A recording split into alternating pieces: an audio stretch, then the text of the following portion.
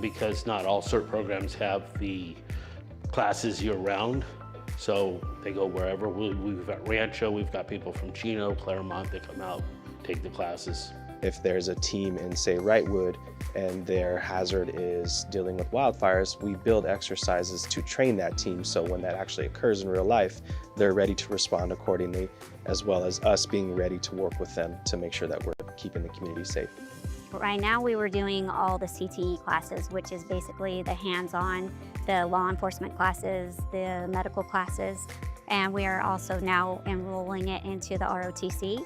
And we're collaborating now with the county and bringing them on, which is just gonna, fortify our training. It's gonna give us more resources and more trainers, and it's just gonna build a stronger foundation.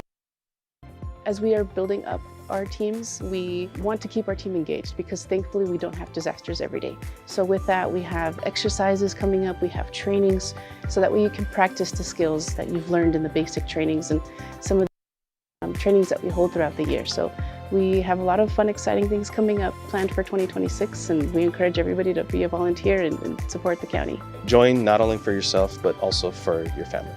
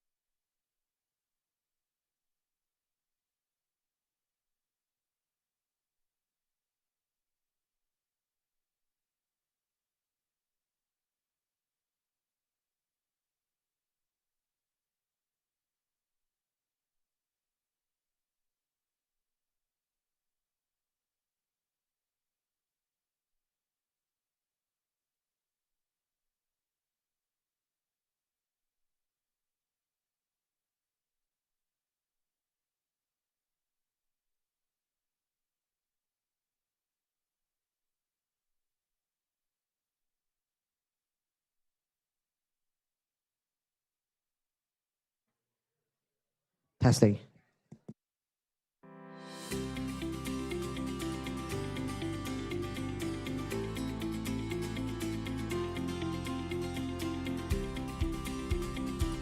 This is a prom extravaganza event where we're getting our makeup done, our hair done. We're here to help our ILP juniors and seniors prepare for prom.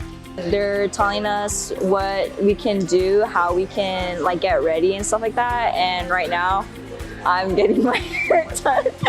They told us that it was for kids, so we were like, you know what, we're there, seeing how beautiful they feel and how their personalities pop out. This is why we do it. It's an introduction to a lot of different resources, job opportunities, living situations. It's comforting to know that there's options. A lot of us kids, we've had bad childhoods, and just having that support, having that safety, it feels nice. Our goal is simple, we're here to support and prepare our youth. We want our youth to feel valued. I feel really supported, like there is a good community out there, that we're not alone. Because sometimes we don't really have a voice to say what we need and what we want. And so when they do events like this for us, it's kind of it's like a special thing.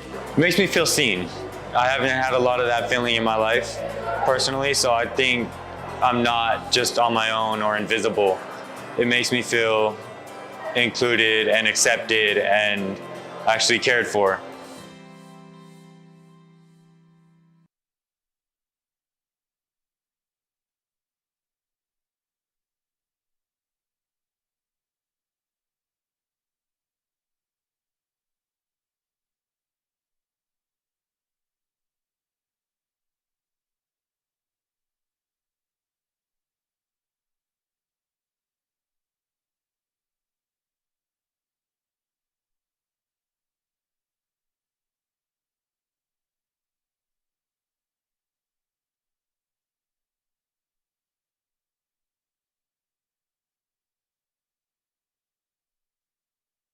The Loma Linda Library is a small but mighty library. Our Hit the Books reading program with the 66ers is a very exciting program where kids can read and check out books in order to get tickets to go to a free 66ers game. I'm bringing our mascot because the 66ers really supports the community, and we really believe in the importance of literacy. And we really believe in promoting reading, especially at a young age. We've found over the years that our mascot is a very powerful tool with that, because we take our mascot to local schools and areas for reading rewards programs, and he motivates children to read. It's really awesome that Verdi is coming. They're actually going to be helping us promote Hit the Books, which just started on January 26th and will be continuing for a couple months. The kids will be able to get 2 tickets at a time for a total of 6 tickets. So we have these bookmarks that will be passed out. When a child reads 5 books and their parents sign it off and the librarian signs it off, they get a free ticket to a game. They can come into the branch of a San Bernardino County Library in order to redeem their bookmark. They'll have a variety of dates to choose from to go to the 66ers games.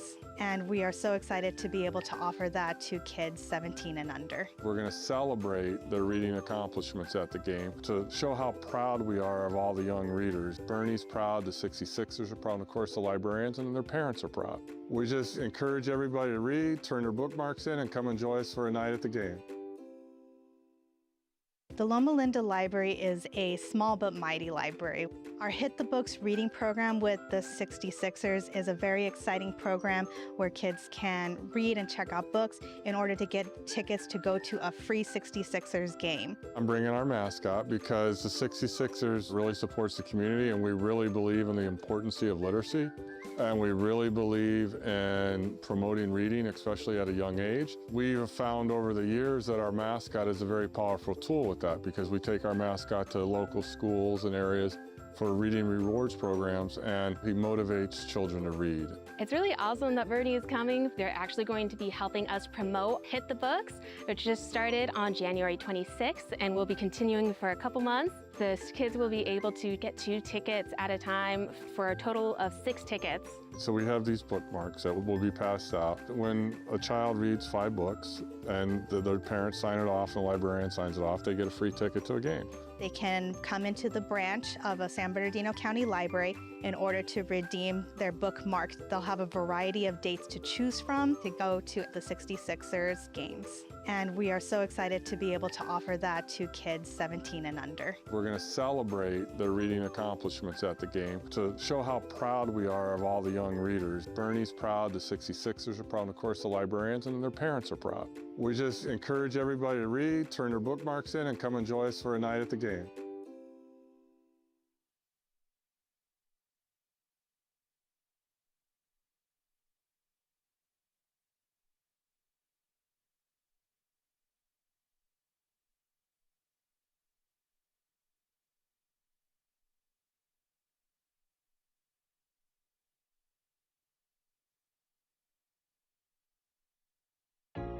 My name is Jeannie Glasgow. I'm the Director of Children and Family Services, and our mission is to preserve families, protect children, and help build strong communities. We have the Child Protective Services, which they go out and investigate referrals. We have court services. We also have prevention services, and we have placement services.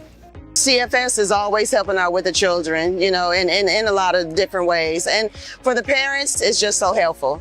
It's just so helpful. For people that had to go through the foster care system, it makes people's families more able to deal with things that maybe they didn't realize at first were problems, but it just creates a more solid foundation for families. Yeah. This is the goal of Children and Family Services, to reunite the families and make them stronger. That's why we go to court every day. That's why we do our jobs, to celebrate the best. The mission of our YAS unit within Children and Family Services is to support our young adults as they transition into adulthood, teaching them, guiding them, life skills and things like that that they'll need to be successful as they age out. It is very important for the youth going through the foster care system to feel supported, because they have a hunger and they have a drive. And when we see that it's time for us to keep pushing them, letting them know that you got this. So it's good for them to see that there's people out there on the sideline cheering for them. It allows us to feel like someone actually do care there is someone out there that is willing to help you. Educational advocacy is important for our foster youth because they need someone to advocate for them and teach them how to advocate for themselves. We work with our community partners. We may put on like workshops. We really work and push towards giving our youth the skills and the necessary tools that they need to succeed. There was so many resources that helped me transition from going like high school into my adult life that made me get ahead of the game. With our foster youth, they don't have the family support that's needed. So we're able to sit here and provide that support for our foster youth to be well-groomed individuals within our community. I had a really good social worker. Sabrina was amazing. She always advocated for me. Even like I had her when I was in college, and she would like literally drive from San Bernardino all the way to San Diego whenever I needed anything. It was honestly a blessing in disguise. It was a great experience being to foster care. I met great people. My social worker, Sabrina, she's amazing. It definitely showed me the parent that I wanted to be for my kids as well. These young people are not defined by their trauma. They are some of the most resilient and strong youth out there. I want the community to know they can play a part in their success as well. I would love for the public to understand that we really try to help families. We're here because we care, and we are open to feedback. We are open to hearing like, how can we do better? And if anyone's interested in being a foster parent, we would love that too.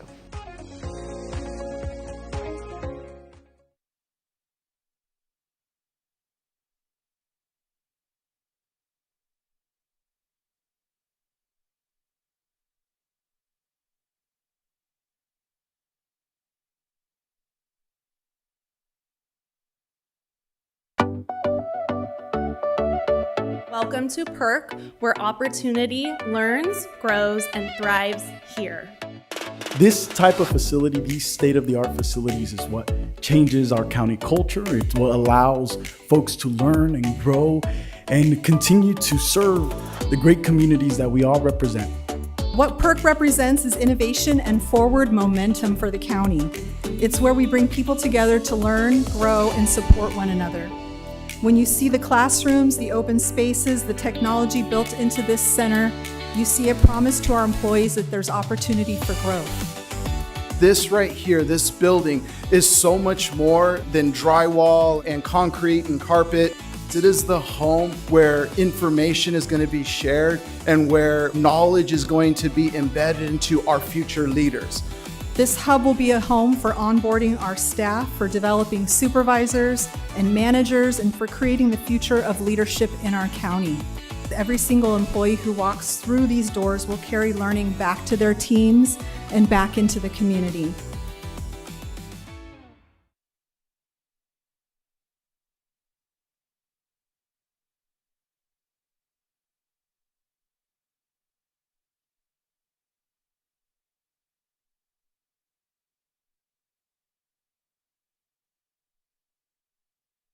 Disaster can strike at any moment, whether it's a winter snowquake. Being ready is our best line of defense. San Bernardino County knows that we're stronger together, so we're asking you to prepare with us. Visit prepare.sbcounty.gov to equip yourself with knowledge. Sign up for emergency alerts or download our Ready SB County app. Learn how to create a family plan, assemble an emergency kit, and more. Preparedness is a responsibility we all share, and preparedness starts here.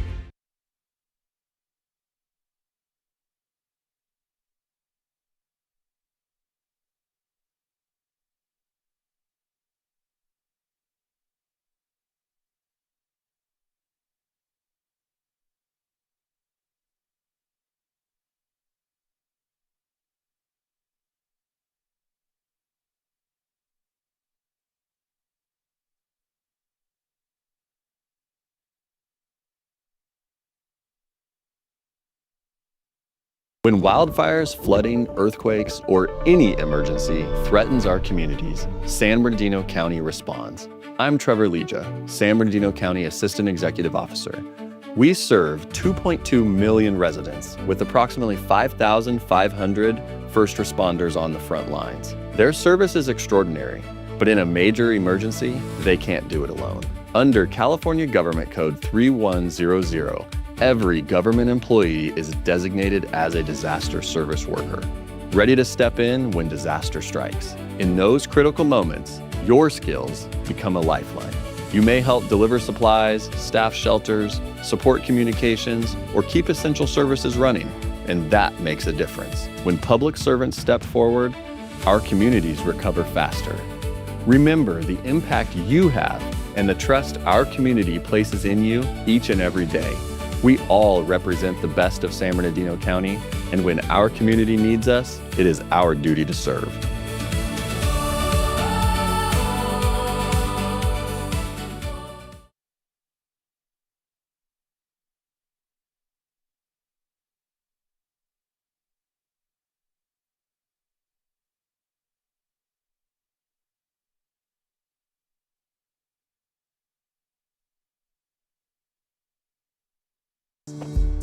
Last year, Consumer Protection performed approximately 44,000 inspections, half of which were retail motor fuel. We inspect the device not only for measurement accuracy, but that pricing is correct, labeling is compliant, and fuel meets state standards. Additionally, we check for any skimmers, any pulsers, any tampering, or any unauthorized modifications. To verify accuracy, we use test measures that are certified by California State Metrology Lab. This allows us to verify the accuracy of the dispenser's indicator in comparison to the actual volume of fuel dispensed. We work with business owners to ensure their devices are accurate and correct. For errors that would adversely impact the consumer, the device is immediately removed from service. These inspections protect consumers and ensure all businesses stay compliant. Besides our annual inspections for all weighing and measuring devices, we also investigate consumer complaints. Last year, our office investigated 56 retail motor fuel complaints. Complaints include price inaccuracies, measurement discrepancies, or any fuel quality concerns. When I placed the seal of approval on the dispenser, it was found correct and tested within tolerance. The seal of approval is a visual indication of when the device was last inspected. Our Division of Consumer Protection focuses on safeguarding consumers from error, fraudulent practices by ensuring that all measuring devices, quantities, and prices used in commerce are accurate, properly labeled, and compliant with California law and regulation. Whether you are fueling your car or buying groceries, you can rest assured we are out there protecting you as a consumer and making sure that businesses stay in compliance. For more information on what we do, or if you have any concerns, please visit us at awm.sbcounty.gov.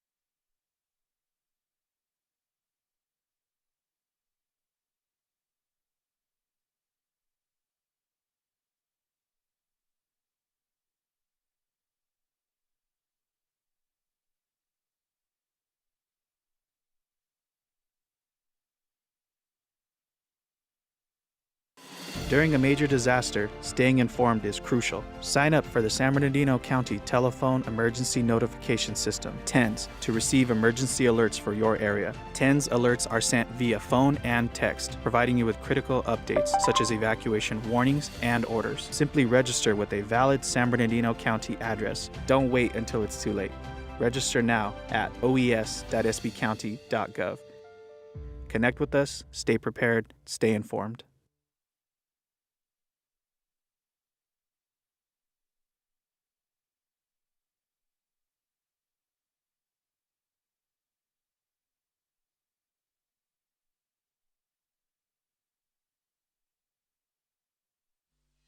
We are at the Santa Ana River Trail Phase 3.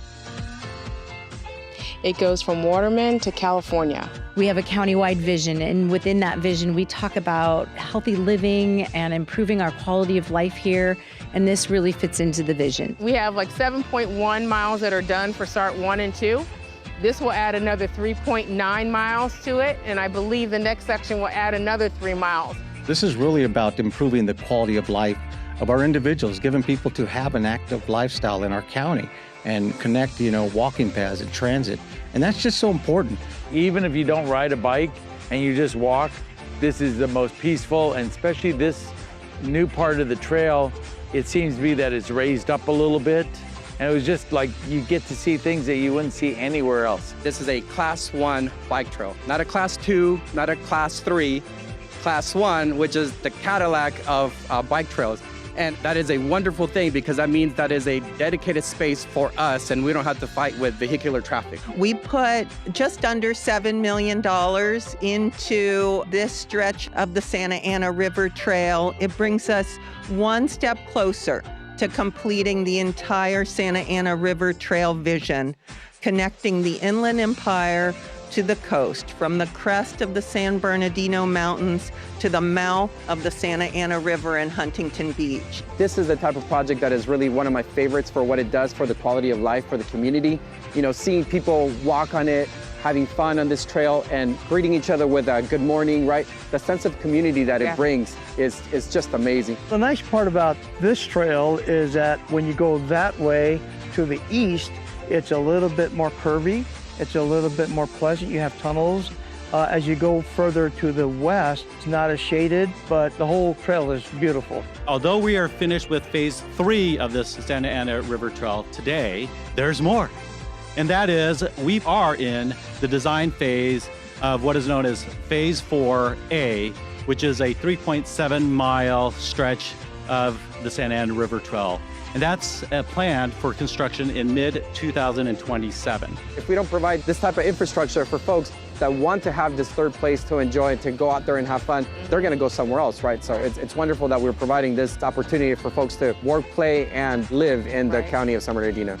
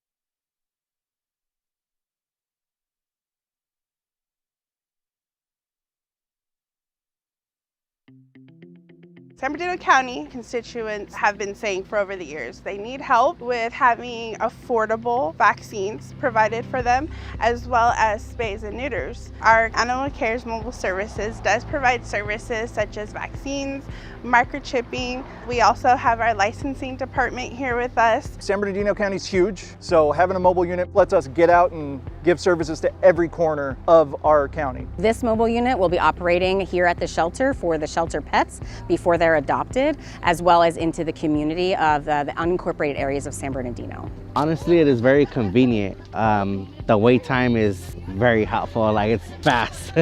It's been terrific, yeah. It's very smooth, organized, so far seamless, yeah. I think the county should provide more services to the people that live here. It's very helpful for those who can't really afford it. You can get basically all the services you need, you can get connected to here. We have lists for low-cost clinics, for follow-up care.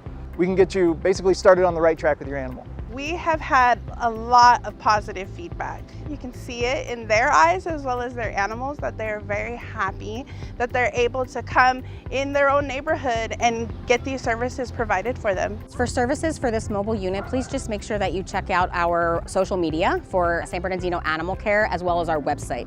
It's a great opportunity for us to be able to provide this for our constituents, and we're super happy to get this started, and it's been a long time coming.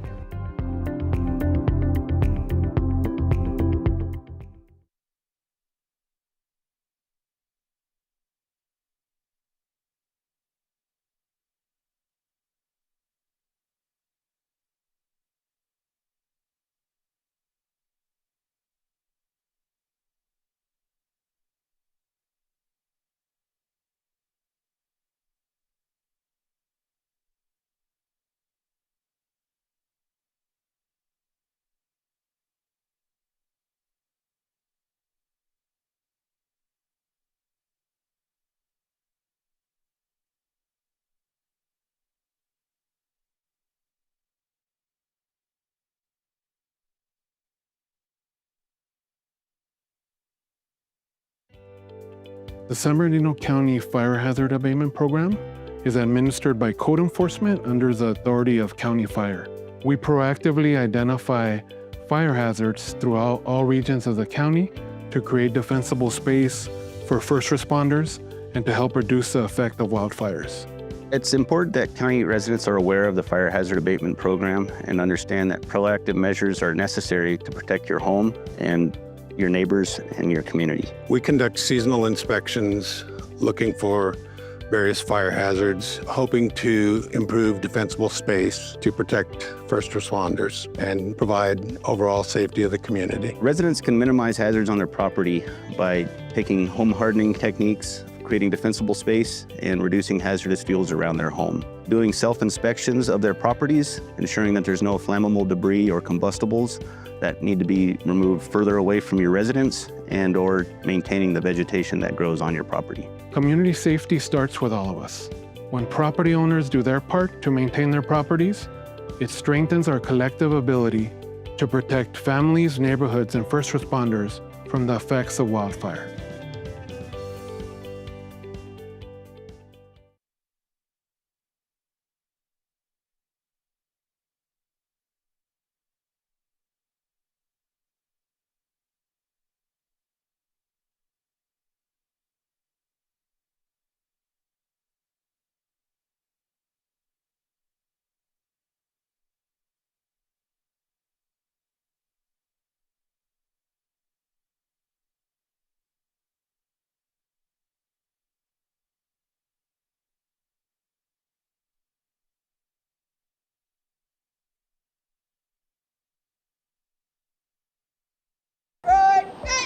The Explore program is a program that we hire kids from ages 14 to 20 and a half, and we teach them about the fundamentals of being a deputy sheriff or a law enforcement officer.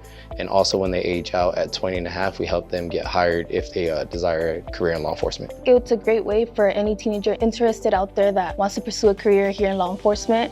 I've recently seen that the program has been helping a lot of kids with ride-alongs and just seeing what they actually do.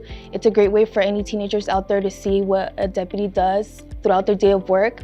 And if you're interested, I feel like this is a great way to start joining the program. I heard about the Explorer program through my best friend, Gabby. We were in high school at the time, and she invited me to come do a scenario with the Explorers. I came, did a scenario, absolutely loved it, ended up joining the post.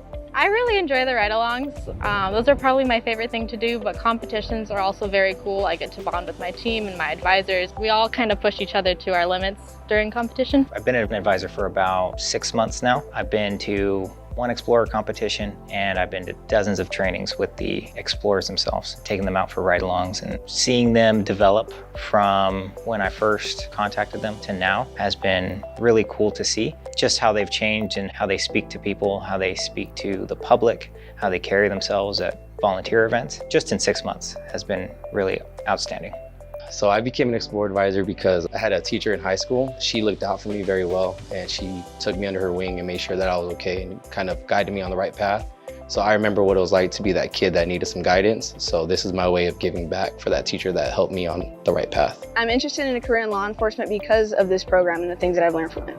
I am interested in a career in law enforcement, honestly because of the program. I don't think that I would have decided to go into law enforcement if I hadn't joined. This has been a great way to show me what's out there. I get to meet new people. I get to learn about the career. I get to go on ride-alongs and experience a shift with the deputy. I have a lot of fun doing this.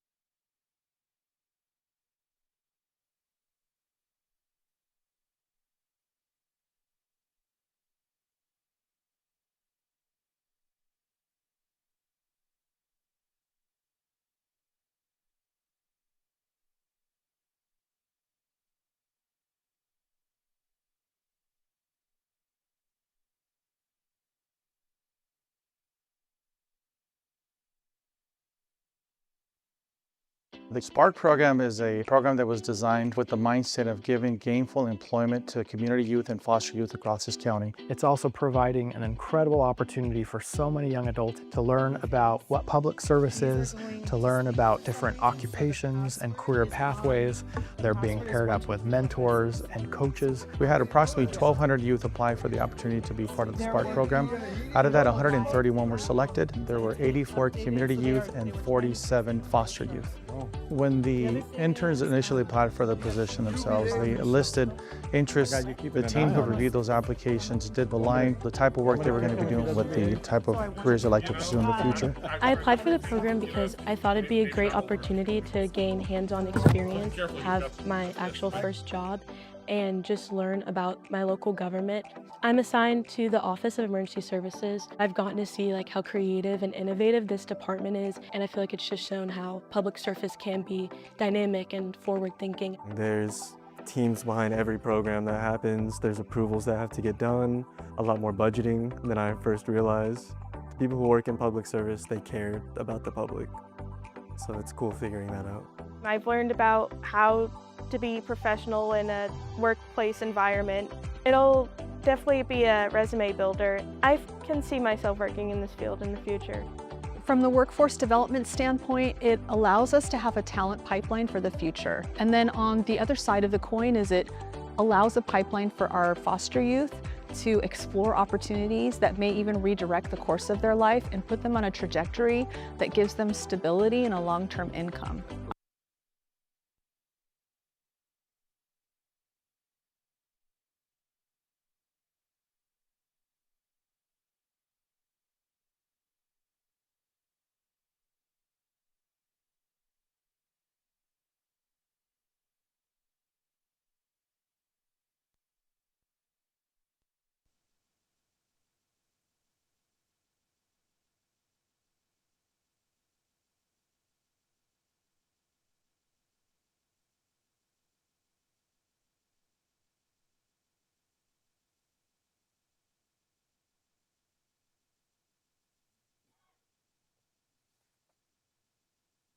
Good morning, everyone. We'll start in just a moment. We have a brand new speaker system this morning, so we're getting the bugs worked out of that.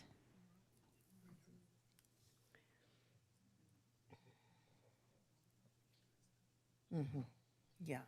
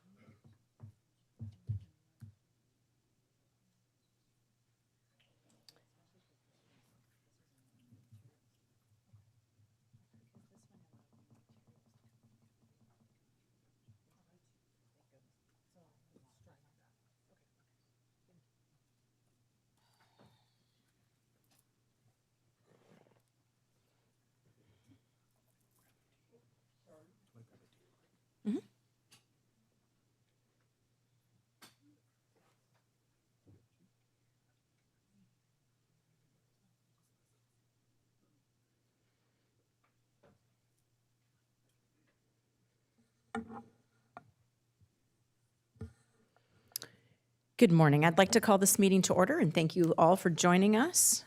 We have an announcement this morning that today is our first meeting with the new remote public participation option. So those wishing to give public comment may call in via our phone. And this morning, it is my honor to introduce Minister and 29 Palms City Council member MacArthur Wright, who will be leading us in prayer and pledge. Minister Wright spent 20 years in the Marine Corps and later went on to pursue a master's degree in theological studies, as well as organizational leadership and business management. Currently, he is employed by the Marine Corps Community Services Career Resource Office, where he assists service members transitioning from military to civilian life. He also serves as an associate minister at Gospel Fellowship Christian Center Church and holds the position of president within the Ministerial Association of 29 Palms. Thank you for making the drive down and for joining us today. It's a pleasure and honor to have you here.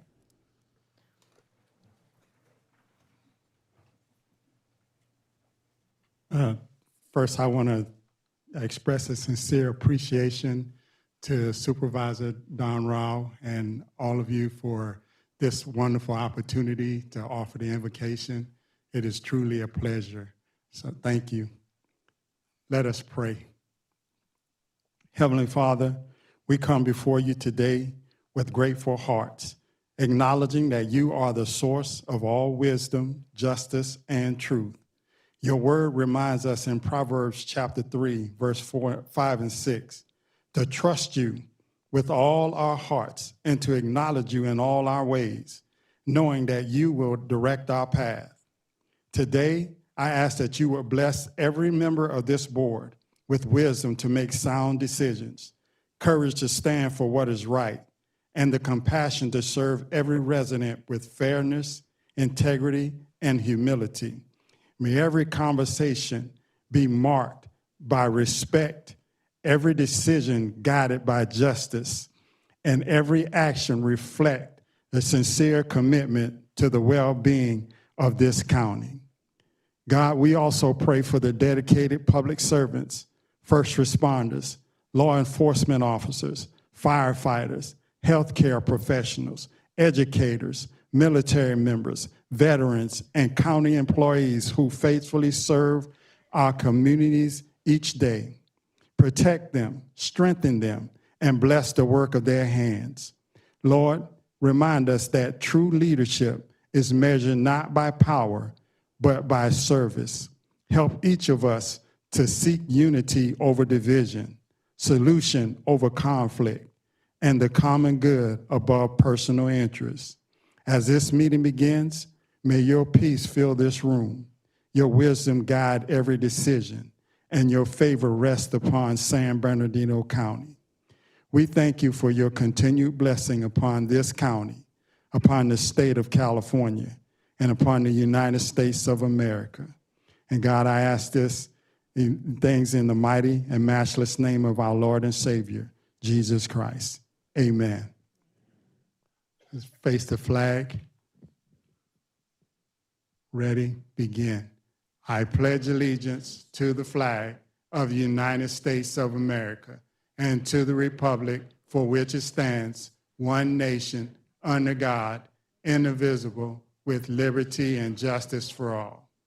Thank you so much. Thank you. Appreciate it. We will now move on to our memorial adjournments. Vice Chair Baca. Thank you, Madam Chair. I have the opportunity to adjourn in memory of former Mayor for the City of San Bernardino, Judith Valles, and I had the opportunity to attend her services right here in the City of San Bernardino at Mountain View Cemetery. Judith Valles was a pioneering educator, public servant, and community leader who dedicated her life to expanding educational opportunities and served the entire Inland Empire. She made history as the first Hispanic mayor for the City of San Bernardino and was also the first Latina to serve as the president of the California Community College, leading Golden West College. Throughout her distinguished career, she served as a teacher, college administrator, trustee, civic leader, and leaving a lasting impact on education and public service. Judith Valles passed away on June 21st, 2026 at the age of 92 and is remembered for her lifelong commitment to education, leadership, and the City of San Bernardino community. Thank you, Madam Chair. Thank you very much. Supervisor Cook. I have nothing today. Thank you. Supervisor Armendariz. Right, and I would like to adjourn in memory of Diane Smith, who was a former council member in the city of Yucaipa, where she served 2 terms. She was instrumental in the creation of the Yucaipa Iris Festival, the Youth Advisory Committee, and various community projects. I used to call her Pickleball Diane, so she founded all the pickleball courts there. She was a great lady. She also was involved in the development of the community center, so we extend our heartfelt condolences to her family. And also Dick Rydell, 101 years of age at his passing. He was a servant from Yucaipa, former mayor and city council member, and he leaves behind a remarkable legacy that helped shape the community of Yucaipa during the city's formative years. So thank you to him for all of his service. He is remembered with fond memories from all of us up here. And then last, we have Edward Skip Brown, who was a teacher and an athletic trainer in Redlands High School for nearly 30 years. He was also a member of the civil grand jury. I know we have members of the grand jury who are usually here with us in audience today. So to those of you who worked with him and to his family, we extend our heartfelt prayers and condolences. Thank you very much. And we have one special presentation this morning. So if you'll all join me up front.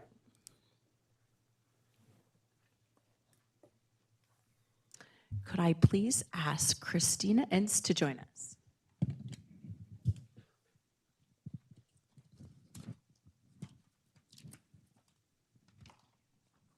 Good morning.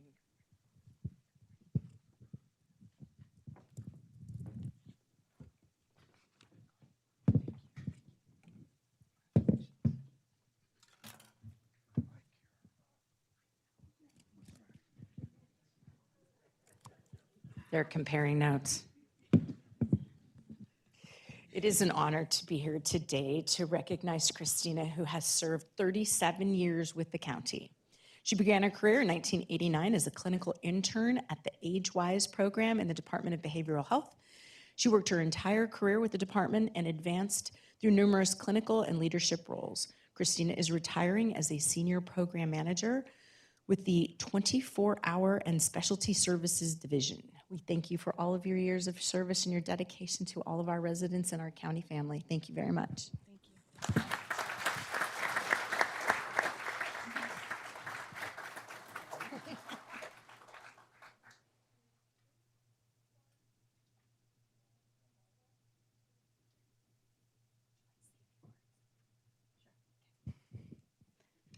Thank you, Chair Rowe.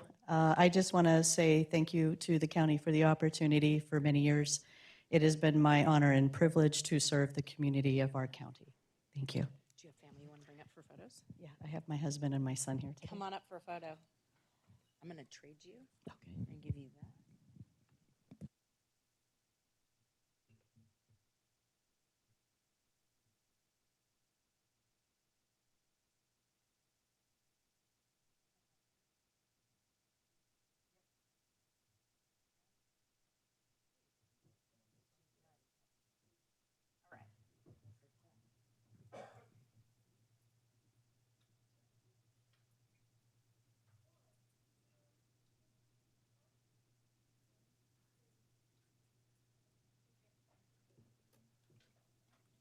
Congratulations and thank you again for all your years of service.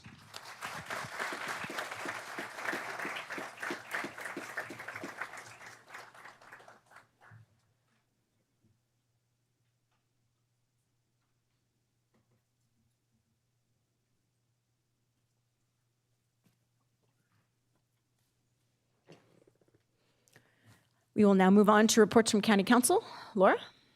Thank you, Madam Chair. I have 2 items to report on. The board met on item number 2, which is the matter of AM versus County of San Bernardino. The board approved the filing of a writ of mandate challenging a motion for summary judgment in this childhood sexual abuse case. The board voted unanimously with Supervisor Hagman absent. On item number 5, Stephan Barber versus County of San Bernardino, the board ratified the filing of a notice of appeal in this sheriff's use of force case. Again, the vote was 4-0 with Supervisor Hagman absent.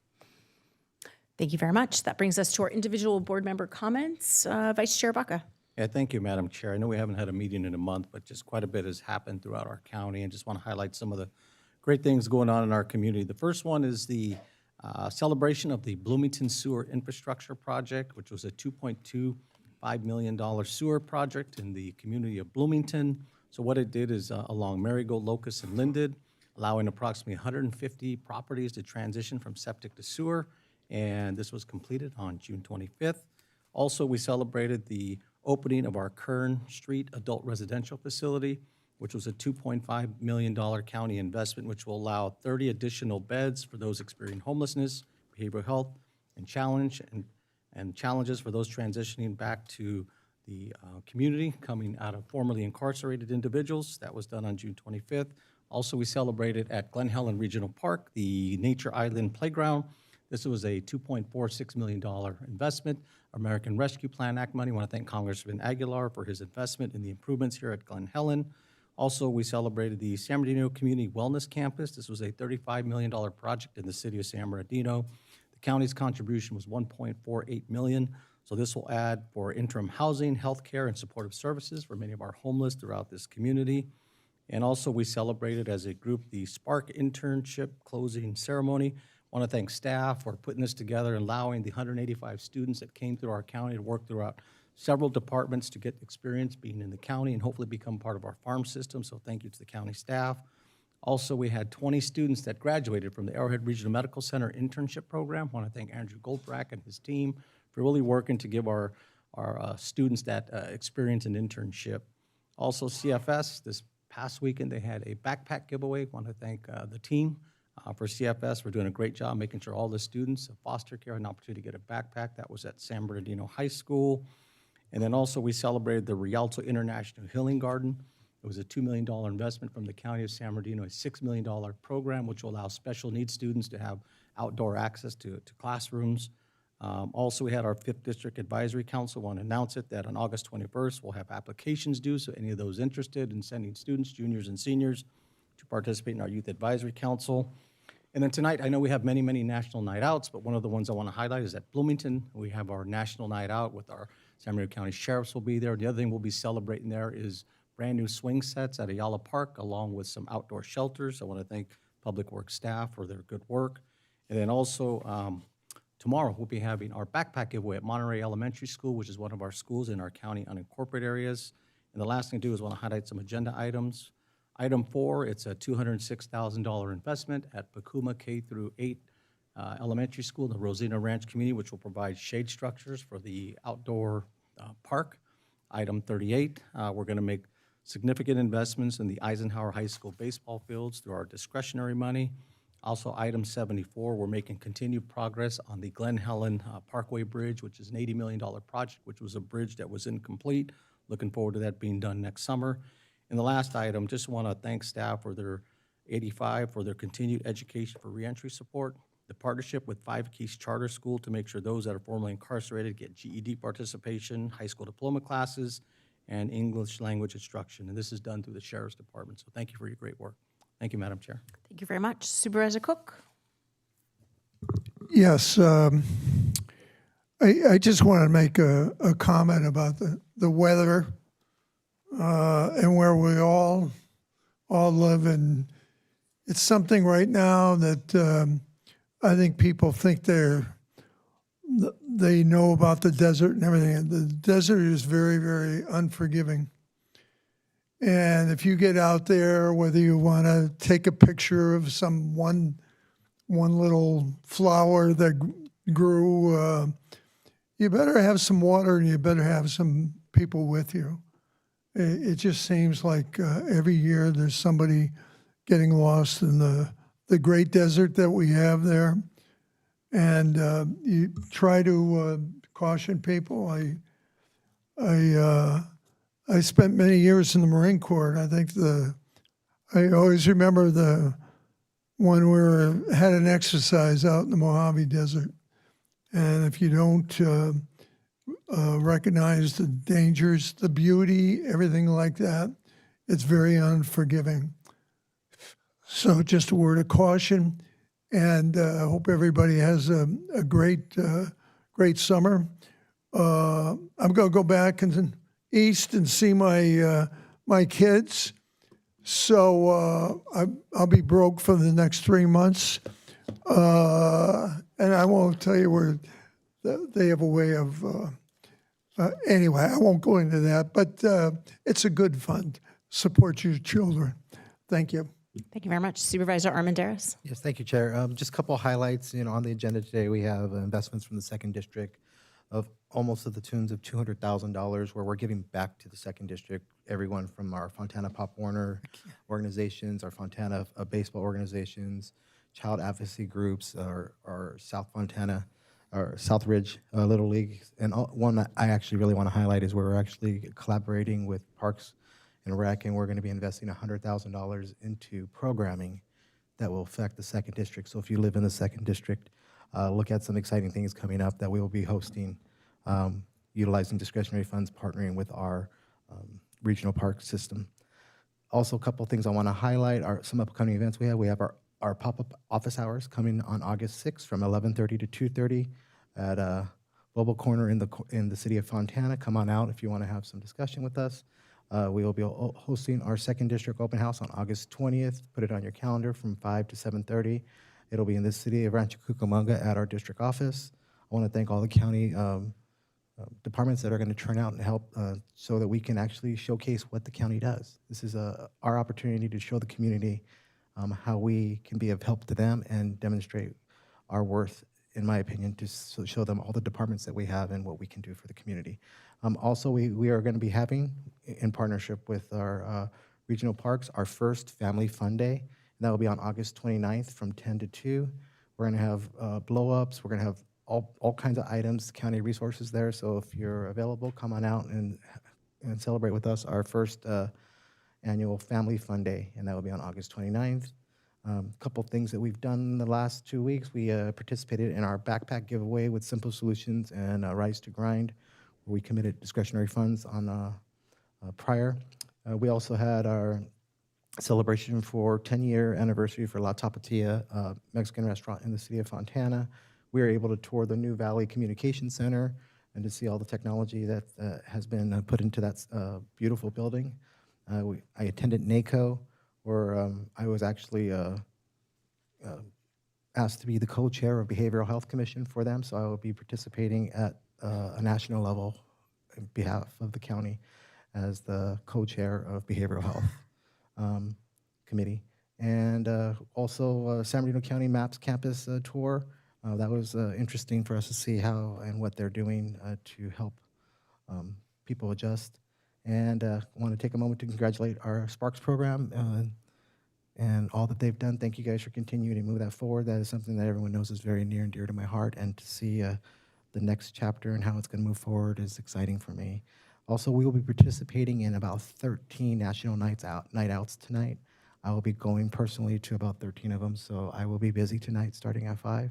So if you're in the city of Fontana, Rancho Cucamonga, or Upland, and Upland has their own little tiny ones, it's actually pretty cool. They actually bring their community together, and they'll have little food trucks in each little individual community. So we will be going recognizing every one of those who are participating. So be a busy night for us. If you're out there, come and celebrate with us. Thank you. That concludes my comments. Thank you very much. As I was reviewing today's agenda, I came across a very unique and special item, and item number 47, that I really wanted to highlight In this job, we get to do some pretty fun things, and this one is to accept an anonymous donation of $1.2 million that is a gift to be used to fund the Career Online High School Program, which is an accredited online program that allows county residents to earn their high school diploma and career certification. So I'd like to thank the donor for their generosity in supporting that program. I had the opportunity to travel back to Washington, D.C. for a week, and I met with our entire delegation of elected officials at the federal level, and that includes also Senator Schiff and Padilla. They were very gracious in their time in furthering our interests in the Inland Empire, so that was a successful trip. And then lastly, I would like to thank our fire chief and the crews out at Station 96 for their great work with rescuing the Eagle. So Jackie was stranded up there. They stood watch all night. They figured out how to get the Ojai Raptor Center to come out, and it was a tremendous effort. So we thank you for that community service, Chief, and to your crews. And with that, Lena, we'll move on to any changes or revisions to today's agenda. Good morning. I do not have any changes for today. All right, now we have board member conflicts of interest. If any board member has anything that they wish to disclose, now would be the time to do so. Seeing none, I will fire up the new speaker system again and move on to our consent calendar. I have one request to speak this morning. Today's consent calendar consists of items number 2 through 103. And do I have any board members wishing to pull an item for discussion? No? All right, we'll begin with our speaker. Good morning, Carlo. I have you listed to speak on agenda item number 2. I'm not sure that that's correct, but that's the retirement that we just recognized. Very well. If that's not correct, please feel free to let us know. Thank you. It's a new system, so still learning it myself. As I push towards retirement, I'm starting to find that I'm starting to get some of those issues too. I'm only 43, but here we go. What I wanted to talk about is, and thank you for calling me up, we've had some issues come up, and I want to go ahead and profess my honor and faith to the Constitution. Yes, we had an FBI raid recently, and I want to go ahead and say this. We parents that deal with CPS do not get our paperwork, but we hope that Hagman gets his paperwork. We are not allowed, and we're told that we're not given privilege to receive our files and look at our files, but I hope he does. I hope he gets the chance to face their accusers, because we didn't. We were told by our attorneys, nothing. And so with that being said, thank you very much. I honor you guys for even having the ad hoc committee, and I want to say also thank you for the consultants that came and spoke to me. I did speak to them about the stuff that's going on with the lawyers and the contracts themselves. And so if we can go ahead and have the ad hoc committee look into the lawyers, that'd be great. I appreciate you, and God bless you. Thank you very much. Baca Jr. moves the consent calendar. Thank you for the motion, Vice Chair, and for the second, Supervisor Armendariz. All those in favor? Aye. Any opposed? Any abstentions? Thank you, Madam Chair. With that, the consent calendar passes unanimously with the board members present. Thank you very much. And our first discussion item today is number 104. And this is an employment contract for our Chief Medical Officer. This item recommends the termination of the existing employment contract with Dr. John Brill as the Chief Medical Officer for Arrowhead Regional Medical Center and the approval of a new contract with Dr. Brill pursuant to Government Code Section 54953D3 in terms of the new employment contract, which must be read into the record. The contract will be effective August 8th of 2026. The salary is initially set up at step 14, range 117C, and the salary table identified for San Bernardino County Exempt Working Group Conditions Ordinance with the established annual salary cost of $463,382.33. The benefits are identified in and subject to the terms and conditions of the employment contract and generally aligned with the level of benefits provided to employees in Exempt Group C in the San Bernardino County Exempt Group Working Conditions Ordinance. The cost for the benefits is $73,724.33. Did I get everything? That's okay. Andrew, presentation for us, please. Madam Chair, members of the board, good morning. Andrew Gofrak, ARMC Chief Executive Officer. As presented in front of you is the recommendation to approve, or to terminate the existing contract and approve a new contract with Dr. John Brill as our Chief Medical Officer. He has served faithfully with ARMC for 3 years in the current role, and prior to that, he has served as a consultant with us and has done an absolute wonderful job, and fully recommend the continuation with his contract. Thank you very much. Any questions? No requests to speak? All right. So moved. I'll second. Thank you for the motion, Vice Chair Baca, and a second, Supervisor Armendariz. All those in favor? Aye. Any opposed? Any abstentions? Thank you, Madam Chair. Item 104 passes unanimously with the board members present. Thank you, Andrew. And before we move on to item number 105, we have a couple of lengthy discussion items today anticipated. We will break for lunch at noon today for 30 minutes, and then we'll reconvene at 12:30. Item number 105 is a public hearing to consider the annexation number 215 into Community Facilities District number 9401, City of Hesperia, for fire suppression services, being presented by Chief Muncy. And before I open the public hearing, are there any property owners or persons registered to vote in the Community Facilities District who wish to file written protests? If so, they must be filed with the clerk now. Seeing none, I'll open the public hearing. Good morning, Chief. Good morning. I want to recognize Battalion Chief Mike Westfall and his mentor, Trevor, in the audience, and also recognize Jared Newcomer. Jared Newcomer is having a birthday today. He's turning 23 years old.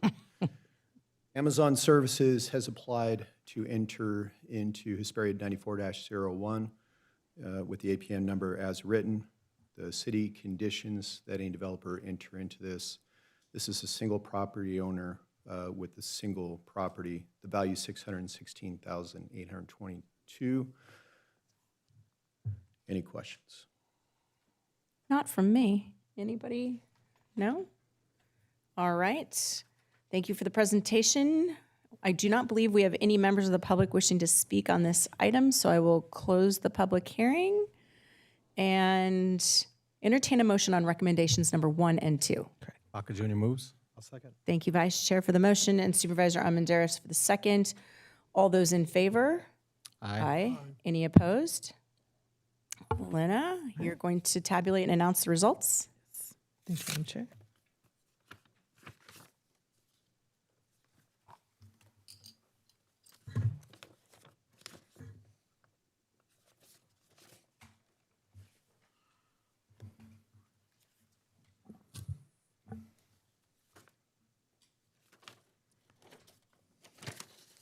Thank you, Madam Chair. The results of the election are in favor, so the board may move forward with the final action. So our next one is I'm looking for a motion on recommendation number 3. Baca Jr. moves. I'll second. Thank you, Vice Chair, for the motion, and Supervisor Armendariz for the second. All those in favor? Aye. Any opposed? Any abstentions? Item 105 passes unanimously of those members present. Thank you. Thank you very much. Item number 106 is an appeal of the Planning Commission approval of Maverick Convenience Store and Gas Station project being presented this morning. It says by Miguel, but that's not the case. Gentlemen, good morning. The public hearing for this item was opened May 19th and continued to June 9th, where it was then continued again to this meeting. We will have Lena, our clerk, read the order of proceedings, please. Thank you, Madam Chair. This is an appeal of a Planning Commission action to approve a minor use permit for a gas station and convenience store in Phelan, Pinion Hills. The applicant is William Hale. The appellant is William Hale. The applicant is Maverick Incorporated. The order of proceedings will be as follows. The chair will open the hearing. Miguel, not the presenter, I'm sorry, will make the staff presentation. The representative from the appellant, William Hill, will have an opportunity to make a 15-minute presentation. The representative for the applicant, Kevin Dice, will then have the opportunity to make his 15-minute presentation. Following the presentations, the board will take public comment, and members of the public will have 3 minutes to present their testimony, and in the interest of time, speakers are asked to avoid redundant testimony. When public testimony has concluded, the applicant, followed by the appellant, will each have up to 5 minutes to present closing remarks. Staff will be available to offer comments and respond to any questions from the board, and at that point, the chair will close the hearing and bring the matter back to the board for discussion and action. Thank you. We're confusing ourselves up here with the new speaker system. Okay, so now we will move over to the presentation. Very well, thank you. Madam Chair, did we open the hearing yet? No. Okay. I will officially open the hearing, Thank you. even though it was continued. Oh, well, that's true. I apologize. Thank you. All right, gentlemen. Good morning, Chair Rao, County Supervisors, Paul Gonzalez, Planning Chief, and I'm joined by David Mack, Planning Manager. Before you today is the appeal of Mavericks Gas Station and Convenience Store for a minor use permit. The appellant is William Hale, the applicant representative, our Core States Group, and Kevin Dice from Mavericks.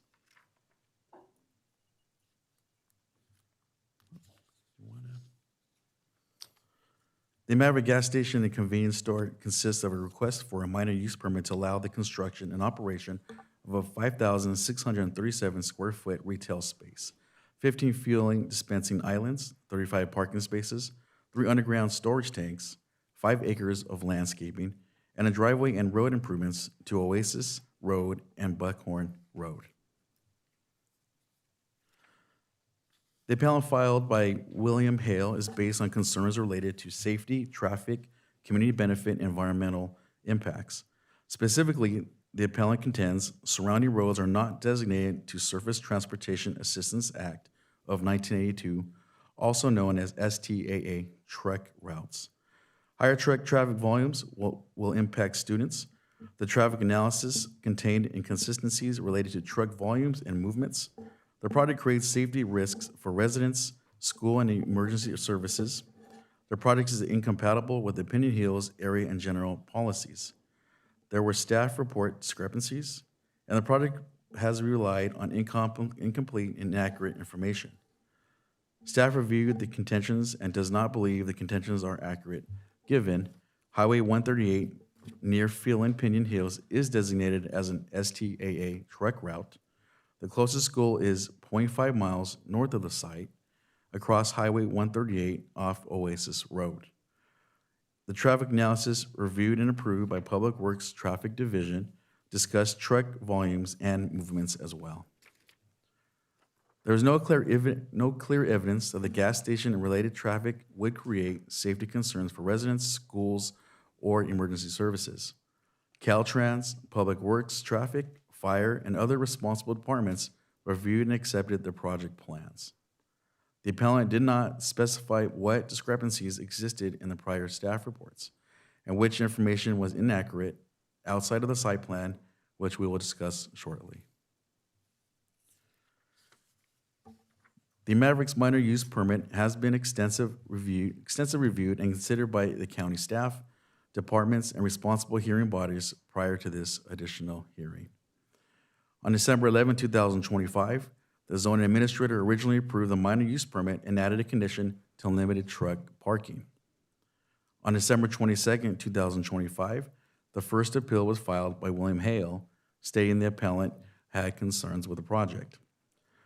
Concerns related to traffic, safety, lack of community benefit, and environmental impacts. On February 19, 2026, the initial appeal was considered by the Planning Commission, who, after a full hearing, including testimony from the appellant, denied the appeal and reapproved the minor use permit request and adopted the associated CEQA document with a 3-0 vote with 2 members absent. On March 2, 2026, a second appeal was filed by William Hale, stating the same concerns. The board appeal was originally scheduled for May 19, 2026. However, the appellant requested to continue the item to June 9, 2026. On June 9, 2026, the applicant requested a continuance to allow additional time to respond to letters received and contentions made. Pursuant to that request, the board continued the appeal to today's meeting, of course, August 4th, 2026. The project is situated at the intersection of Oasis Road and Highway 138, and Buckhorn Road is located just to the south. This is within the Phelan Pinion Hills Community Plan area. The project is located within the commercial land use category as shown on the map before you. On the left-hand side in a blue outline. The map on the right slide shows the site as well, with general commercial Phelan Hills zoning designation. Both of these classifications allow the establishment of commercial uses, including the requested gas station and service station. Before you in this slide was included in prior staff reports for the zoning administrator and the planning commission.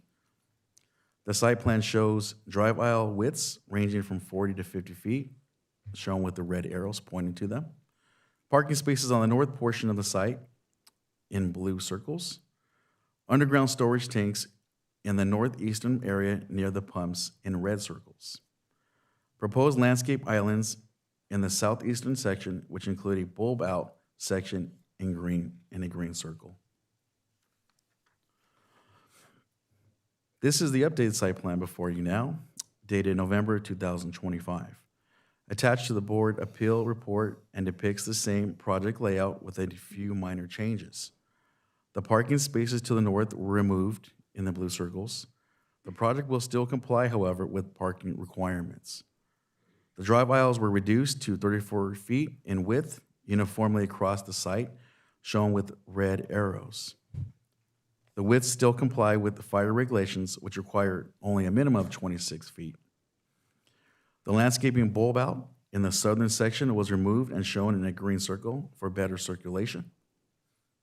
The underground storage tanks were removed to a more central location in the site, shown in a red circle.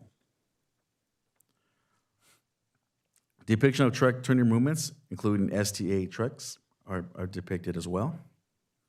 The size, location of the pumps, storage, and driveway locations were also not altered. None of these changes alter the consistency of the project when measured against applicable development standards, nor do they result in a change in the project description for the purpose of CEQA compliance, California Environmental Quality Act compliance. These changes are refinements to the site plan that would normally take place at the time of building permit review and would be considered in substantial conformance, given the minor changes to the plan.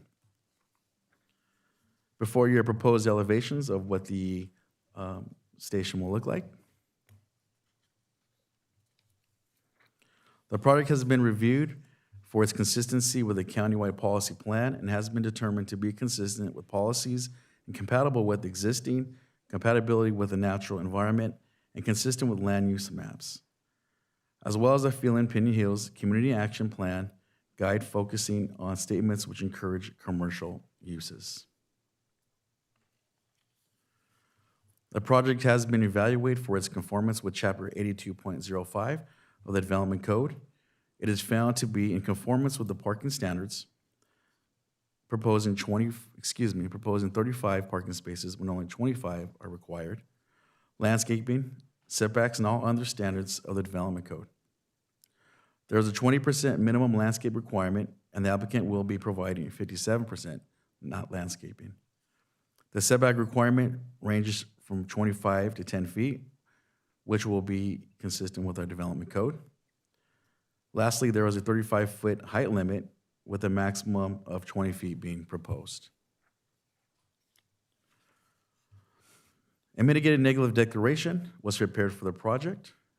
The initial study and mitigated negative declaration identified potentially significant impacts to biological resources, cultural resources, geology and soils, and tribal cultural resources. All other standard topics of environmental analysis were found less than significant or no impact. Mitigation measures have been incorporated for the potentially significant impacts to reduce the project's impacts to a less than significant manner. In addition, as part of the noticing for the initial study, 21 notices were sent out to interested parties and neighboring property owners on August 15, 2025 for a 30-day review period. During that review period, we received 7 public comments. The project had an updated traffic impact analysis dated October 2025, finalized after circulation of the initial study and mitigative negative declaration. The updated traffic report refined the traffic analysis and was more detailed than the previous report included in the California Environmental Quality Act document. The October 2025 traffic impact analysis included pass-by trip credits per the ITE Trip Generation Manual 11th edition of 2021, and a full analysis of horizon year impacts as required by San Bernardino County's Transportation Impact Study Guidelines. The findings for the horizon year impact required a fair share contribution of a future signal improvement, which is captured in the project conditions of approval. The updated report also included a vehicle miles traveled, also known as VMT analysis, that concluded the project satisfies the project type screening used in the California Environmental Quality Act due to the nature of the project being a local serving gas station. The updates to the traffic impact analysis and site plan do not constitute substantial revisions to the project that would trigger an additional CEQA review pursuant to section 15073.5 of the CEQA guidelines because the changes do not involve or relate to a new avoidable significant effect or mitigation measures or project revisions to reduce the effect to insignificance. The original initial study, mitigative negative declaration, determined that no mitigation measures were required for transportation traffic, and the project was condition based on the October 2025 traffic impact analysis at the time it was presented to both the zoning administrator and planning commission.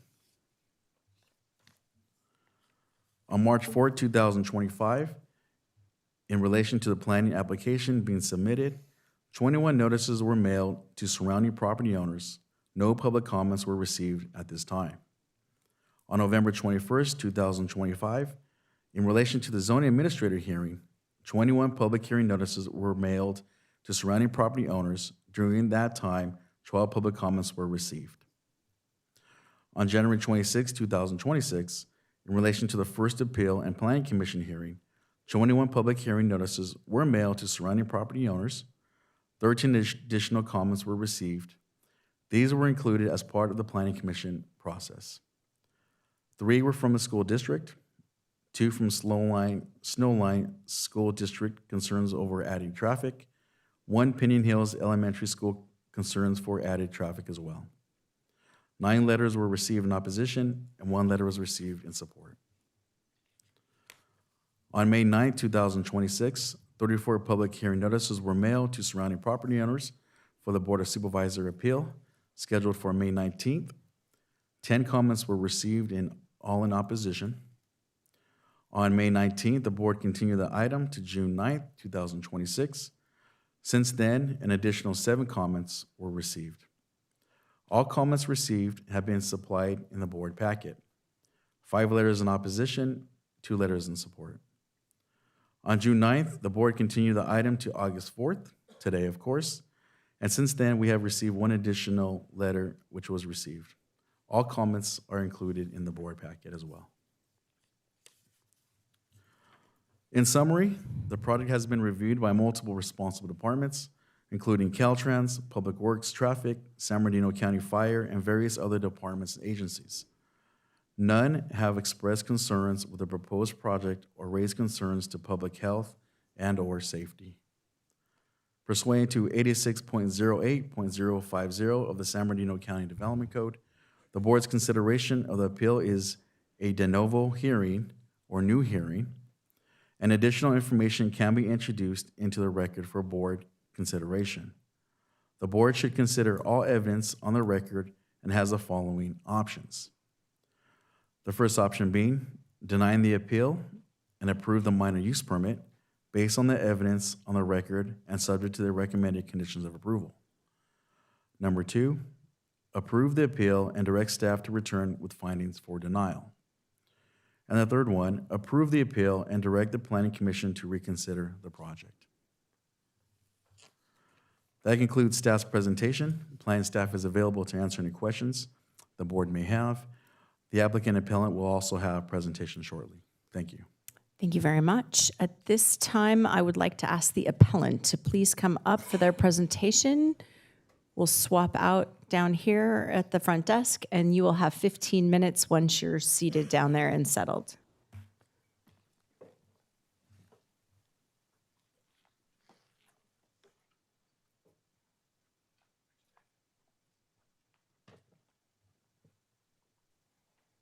I'm not sure how to run the control.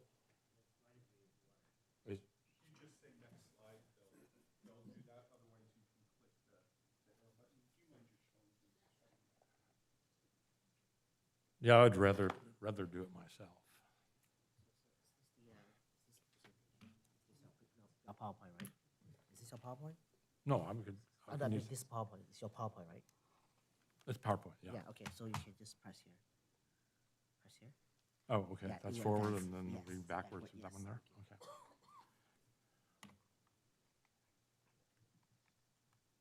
Take your time. We'll start the clock whenever you're ready. Okay. I don't see my presentation here. Does it look like,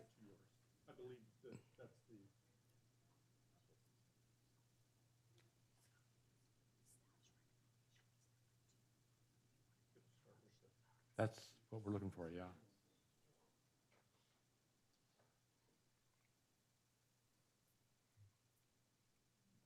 Good morning, Chair Rowe and members of the board. My name is William Hale. Most people call me Chris, and I am the appellant in project 2024-00030, the proposed Maverick gas station at Oasis Road and State Route 138. My wife Ann and I have lived in Pinion Hills for 36 years, where we raised our 2 children. Ann is retired from the Snowline School District, and I'm retired from the San Bernardino County Transportation Design, Public Works as an engineer, technician 5. In addition to that, I worked for 10 years with forensic physics, accident investigations, conducting field investigations, and producing court exhibits. I'm proficient in AutoCAD Civil 3D engineering software, TerraModel civil engineering software, and GeoComp turning analysis software. I am currently owner and operator of Exhibit A, designing and drafting land development projects with over 370 projects completed. Since the board continued this item, I have been conducting 2 independent field surveys, documenting site distance conditions, analyzed driveway geometry, reviewed diesel fueling configurations, and confirmed that Caltrans is now asking for an STAA truck turning analysis that has never been prepared or disclosed. Today, I'm asking the board to deny this project based on substantial evidence of procedural defects, misclassification of the project as local serving, missing and inaccurate technical studies, unsafe circulation and driveway geometry, noise and lighting impacts, inconsistency with the general plan, and CEQA violations that cannot be corrected through minor revisions. This is not a small fix. This is not a recirculation issue. This is a fundamental project design failure. This is the site plan. This is the only site plan that was approved in the zoning administrator staff report on December 11th, 2025. Conflicting site plans are a CEQA violation. The administrative record contains multiple conflicting site plans, at least 7, each showing different driveway locations, truck circulation paths, diesel pump configurations, parking layouts, and turning radii. 2 of these plans were so unsafe that the traffic division issued do not release approval directives. None of these plans were disclosed to the public. At the Planning Commission hearing, staff introduced a new, previously unseen site plan, one that was never circulated, never reviewed, and never analyzed. A project cannot be approved when the public does not know which project is being approved, and when the project geometry and those plans cannot physically function for the trucks that will use it. Since the continuance, I have examined the driveway geometry shown in these plans. The driveway slope width, turning apron, and curb return radii do not physically accommodate STAA trucks. The applicant's own turning exhibits showed curb strike locations and inadequate maneuvering space. Drivers do occasionally strike curbs, but you cannot knowingly design a project so that it cannot be avoided under normal driving conditions. Traffic analysis is missing and incomplete and unsafe. Caltrans confirms that Oasis Road and Buckthorn Road are not STAA truck routes, and the county confirms that Oasis Road is not a truck route. There is no traffic study for Oasis Road, the only paved road between Highway 138 and Highway 18, and the primary access route for Pinion Hills Elementary School, for the post office, for residential neighborhoods, for STAA truck traffic to the fueling facility, and emergency response vehicles. The ISMND contains no analysis of school drop-off and pickup, post office circulation, Buckthorn Road, no outlet trap, STAA truck turning movements, driveway spacing, site distance, queuing, and combined peak hour conditions.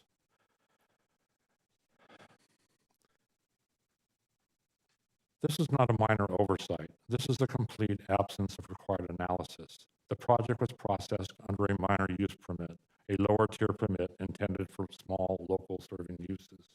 The applicant insists that this is a local serving gas station, but the plan shows 4 diesel pumps and 5 diesel fueling positions, a configuration used by regional truck serving facilities. This misclassification allows the county to avoid the traffic impact study, avoid a circulation analysis, and avoid a driveway geometry review, and avoid STAA truck turning analysis. The fact that Caltrans requested an STAA turning analysis confirms that this is a truck serving facility, and that the circulation and driveway geometry must be evaluated for STAA trucks. That analysis does not exist. The site distance analysis does not exist, and the traffic study for Oasis Road does not exist. The noise and lighting analysis are incomplete and incorrect. New site distance evidence from field surveys. On July 12th and July 19th, I conducted 2 independent field surveys, survey number 1 and survey number 2, using a 42-inch driver eye height consistent with Caltrans and AASHTO standards.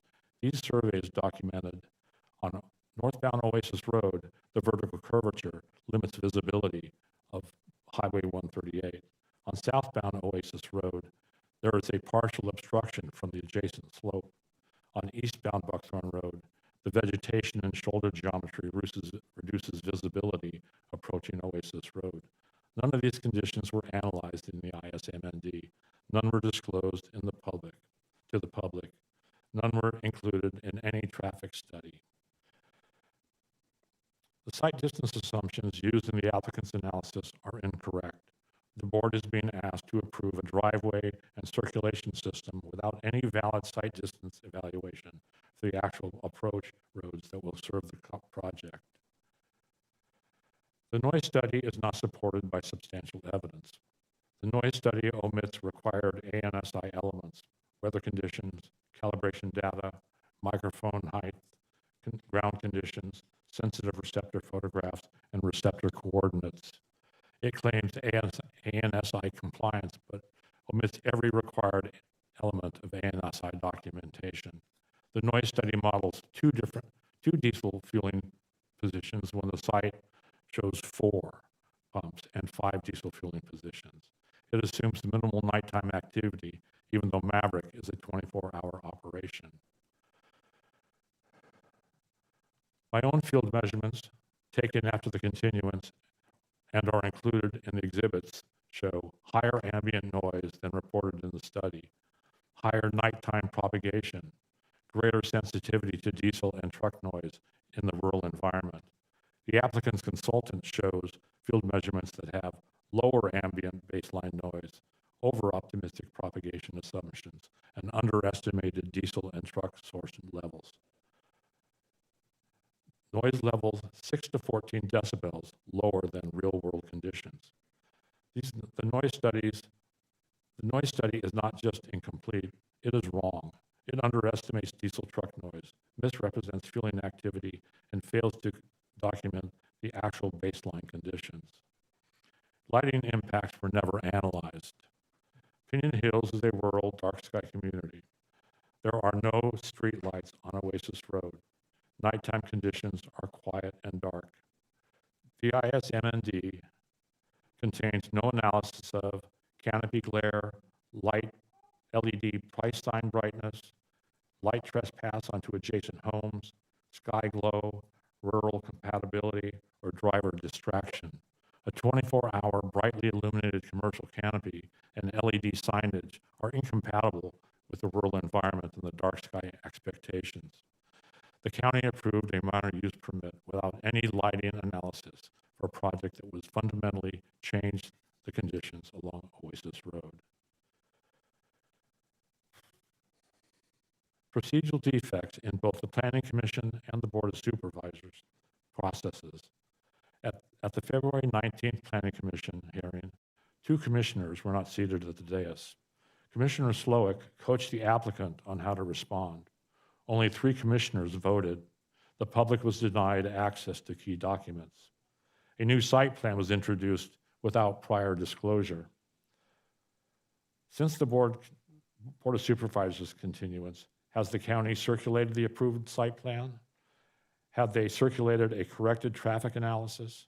Have they provided any STAA truck turning analysis as per Caltrans's request? Have they corrected the noise study? Have they provided a site distance evaluation for Oasis Road and Buckthorn Road? The county processed this project under a minor use permit because it was easier, not because it was appropriate.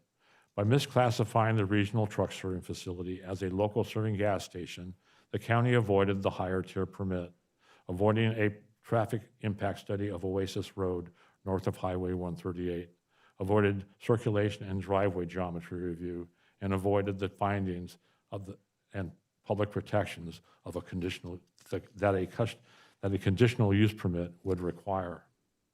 This is not due process. This is not CEQA compliant. Required findings and permit classification. Even under a minor use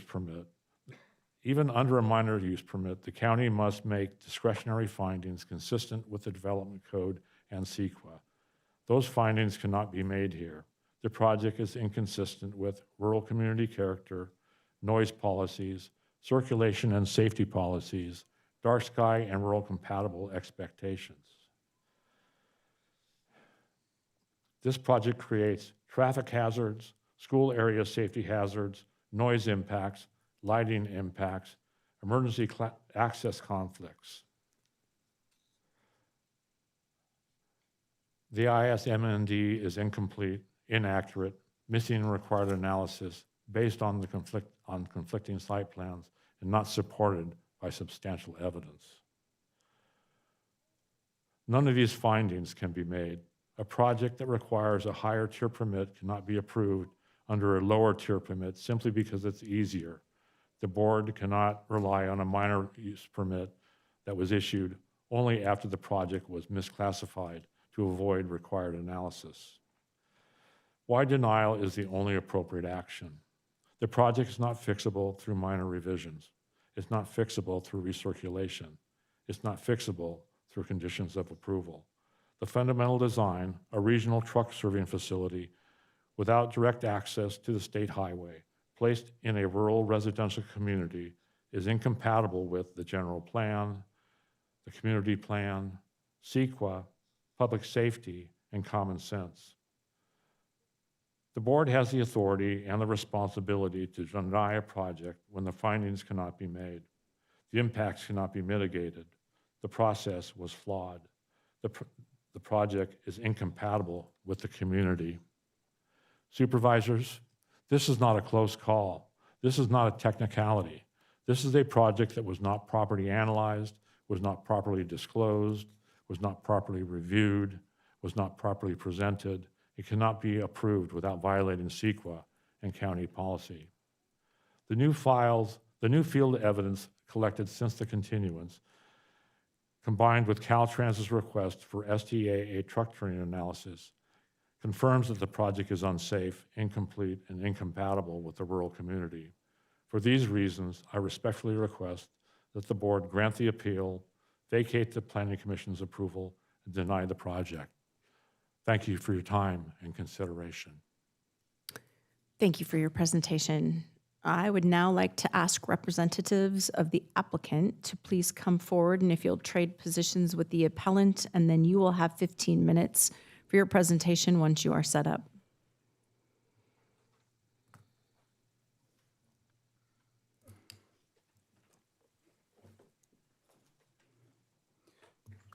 Good morning. My name's Kevin Dice. I'm with Maverick. I'm the site development manager for this site. Is this? Okay.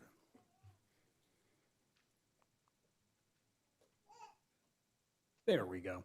I'm not going to go over a lot of the stuff that's already been presented, like the aerial and things of that nature.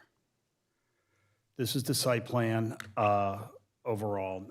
Staff has been very clear about what was changed. And what was changed mainly is our location of the tanks.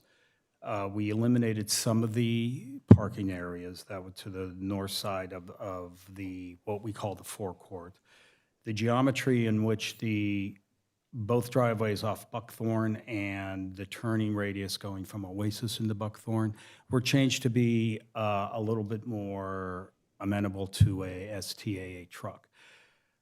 The overall changes to the site plan are not material enough in order to constitute a CEQA violation in any way. And we state that because the site has not changed. The positioning of the building has not changed. The use has not changed.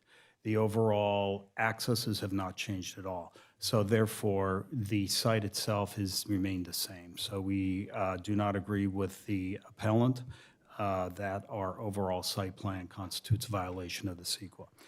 Second off, the amount of, we'll go back. I'm not going to go into what our normal presentation is about the history of Maverick and everything. The amount of road work that is being required of us to do, it's the improvement of Oasis. Right now, Oasis is 2 lanes. We are widening it to have a through lane, a left turn lane at the Buckthorn Road and at the Oasis Road intersection, and a right turn lane at the intersection. With that said, this will improve the traffic flow and the safety of that area, particularly in turning into the post office, which is across the street and down a little bit. The post office at this time utilizes the Buckthorn Road access in order to go in and circulate around. So this will not change the operation of the post office in that area. And another, I'm going to bypass this and bypass this because this is just basically some understanding of, some understanding of what Maverick is. I think one of the biggest issues that they're bringing up is that this is primarily a truck stop. This is not a truck stop. Even per the definition under the San Bernardino Code, it says that a truck stop primarily, I have to put my glasses on this one, primarily services the trucking community. Some of the statistics about what our operation are is that about 85 to 88% of the vehicles or customers that come into Maverick are passenger cars or passenger vehicles.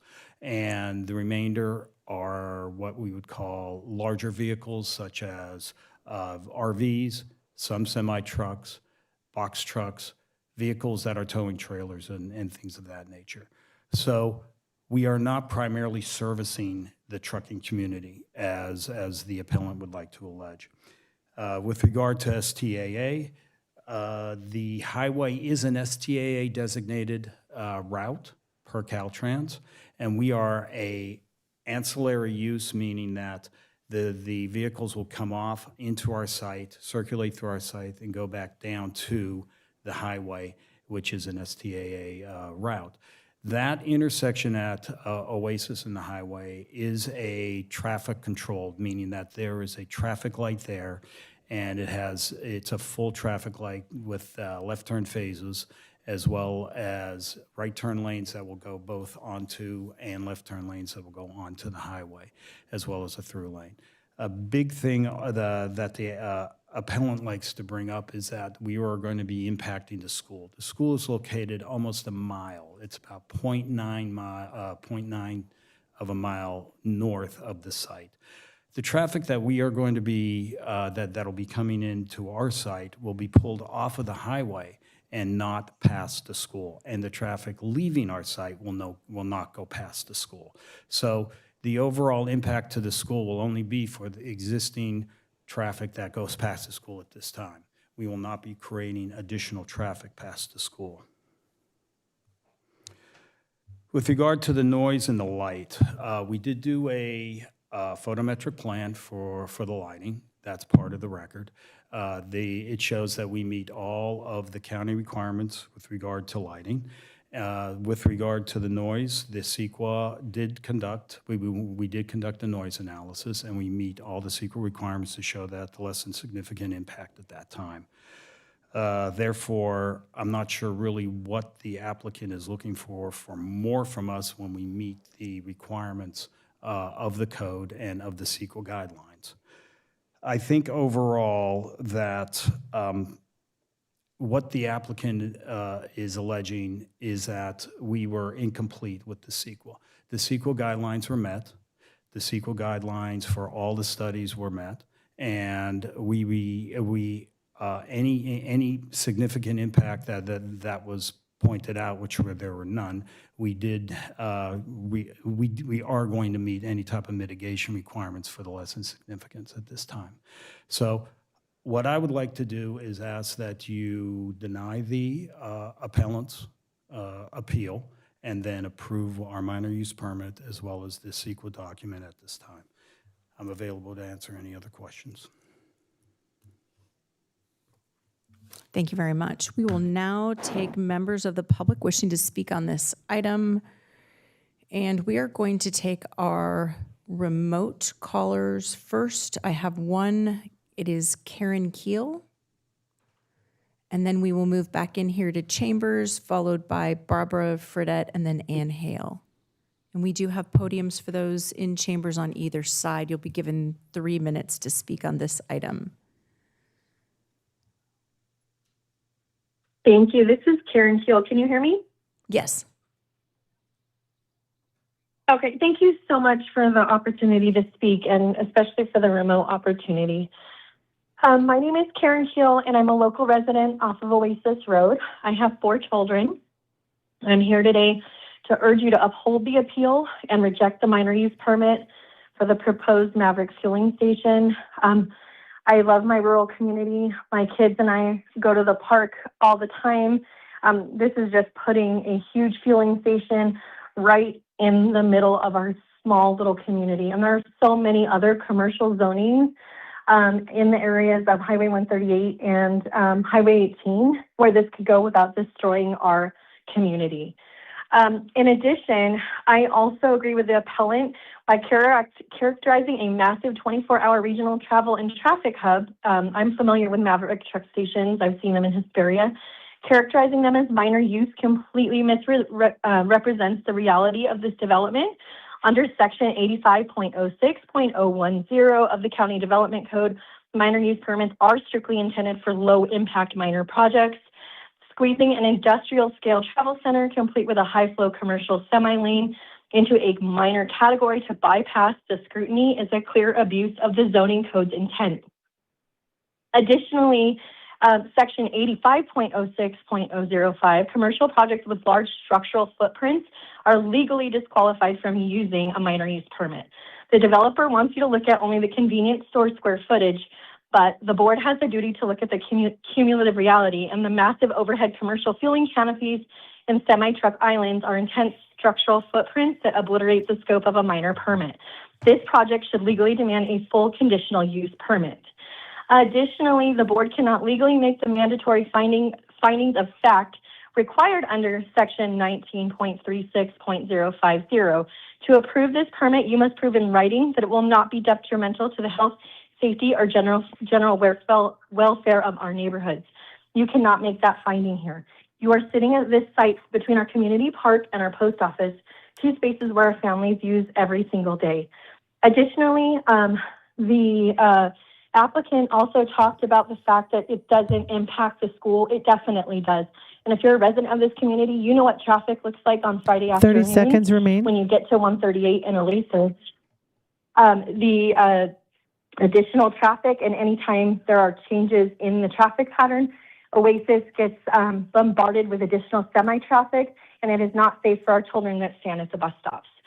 Again, I just feel that this is our local community. There are much better areas that are far better suited for this scale of development. We chose to live here for the quiet rural character. There are better places for this. I ask supervisors to protect this area of our community. Thank you so much. Thank you very much. We will now bring it back in Chambers where I have Barbara Fredette followed by Ann Hale. Good morning. My name is Barbara Fredette. I live 1 mile from the Maverick Truck Stop project that has been approved by the County Planning Commission. I'm here to attempt to persuade you to reverse this decision and to reject the construction of the project, which Mr. Hale has demonstrated is too deficient in design to function as a facility that can service large trucks and which will present a traffic danger and harm to the residential community of Pinion Hills.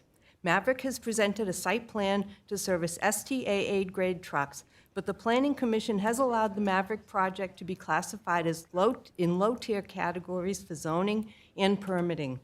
Being deemed a service station and not a truck stop allows the Maverick facility to be built on general commercial land where truck stops are not allowed.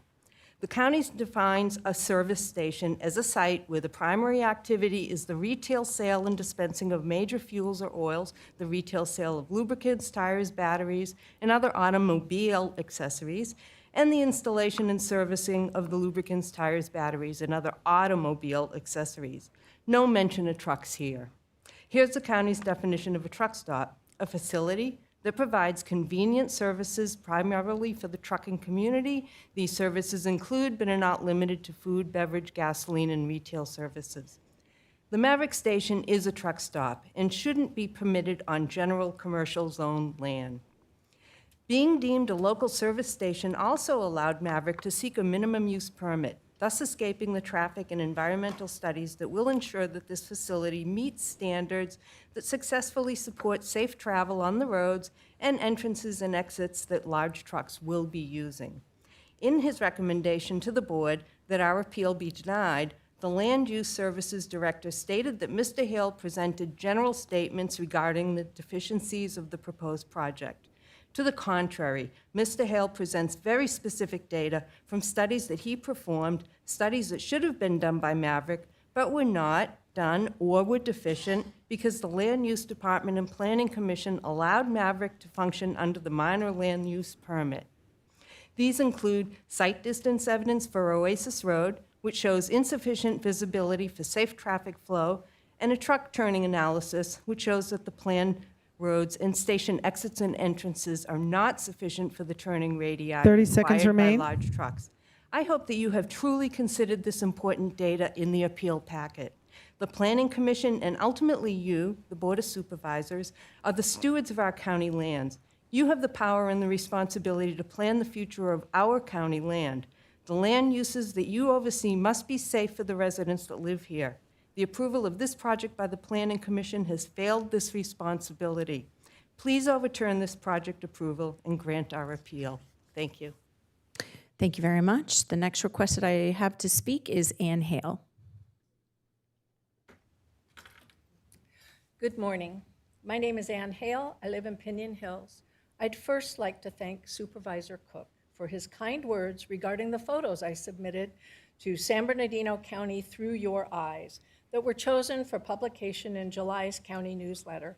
What an honor. You seem to be moved by the beauty of Pinion Hills, as are all of the supervisors when viewing photos submitted by residents in their districts. We are truly blessed to live in such a beautiful region. That's why it baffles me as to the county's eagerness to develop these areas. On the one hand, you extol the beauty of our county. On the other, you pass ordinances and hand out permits that allow corporations to destroy these unique and beautiful places. Are photographs all that will be left? Once these places are gone, they are gone forever. The Maverick Truck Stop project, and yes, it's a truck stop by the county's own code definition, does not benefit Pinion Hills. We already have 2 gas stations within 4 miles of each other, both with good-sized convenience stores and a Dollar General, as well as 2 cafes. It is planned to cater to drive-through truck traffic, and as such, should have been labeled a regional serving truck stop requiring a conditional use permit rather than a minor use permit. It will be open 24 hours a day, 7 days a week, with trucks pulling in and idling at all times. The noise and fumes will be constant. At night, the lights will diminish our dark skies. Traffic issues due to the driveway configurations, not to mention the car-truck cross traffic at the post office parking lot, may cause accidents. Oasis Road and Highway 138 already experience traffic jams during peak hours. Frustrated car drivers illegally pass slow-moving semis in the median or on the right shoulder. Every truck heading east from the facility will be going slowly up the grade. We already have the distinction of being called Blood Alley. It will get much, much worse. Lastly, what will we get in return? The county and Mr. Dace have mentioned large tax revenues. Where will this money be spent? Pinion Hills needs a fire station, road repair, and paving. How about a teen center, an indoor gym, a swimming pool? I mean, I hear all the other supervisors talking about these great things in their districts, and we don't have any of them. Sadly, all the 30 profits, seconds remain. Sadly, all the profits will likely go to an out-of-state corporation, and all the tax revenues will go to the county's general fund. Pinion Hills will not see a dime. We will watch our home values diminish and other people get wealthy from the loss of our quiet, rural, beautiful, natural community. Thank you. Thank you very much. That's the last request to speak that I have. The clerk confirms that I can have discretion on the order of proceedings from here forward. So I'm going to look to Supervisor Cook for so we will bring back both sides. So we will have the Maverick folks give a closing, and we will have the appellants give a closing. But would you like to ask questions of county staff prior to that or after that? Probably after that. Okay. So, no, that's fine. All right. So now I will ask Hopefully I'll be more. the applicant may come back and have closing remarks. You will have 5 minutes to address any comments that you've heard in the public today. And to be fair, we had a lot of public comments in the last 2 public hearings, the first one in particular, where everybody came down to provide those, and they are part of our record. Mm-hmm. Thank you. I appreciate the second opportunity to speak with you.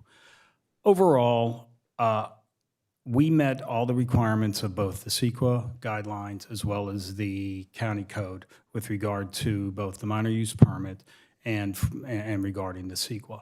So to ask us to go over and beyond what is required of other developers in the area, I don't think is really genuine.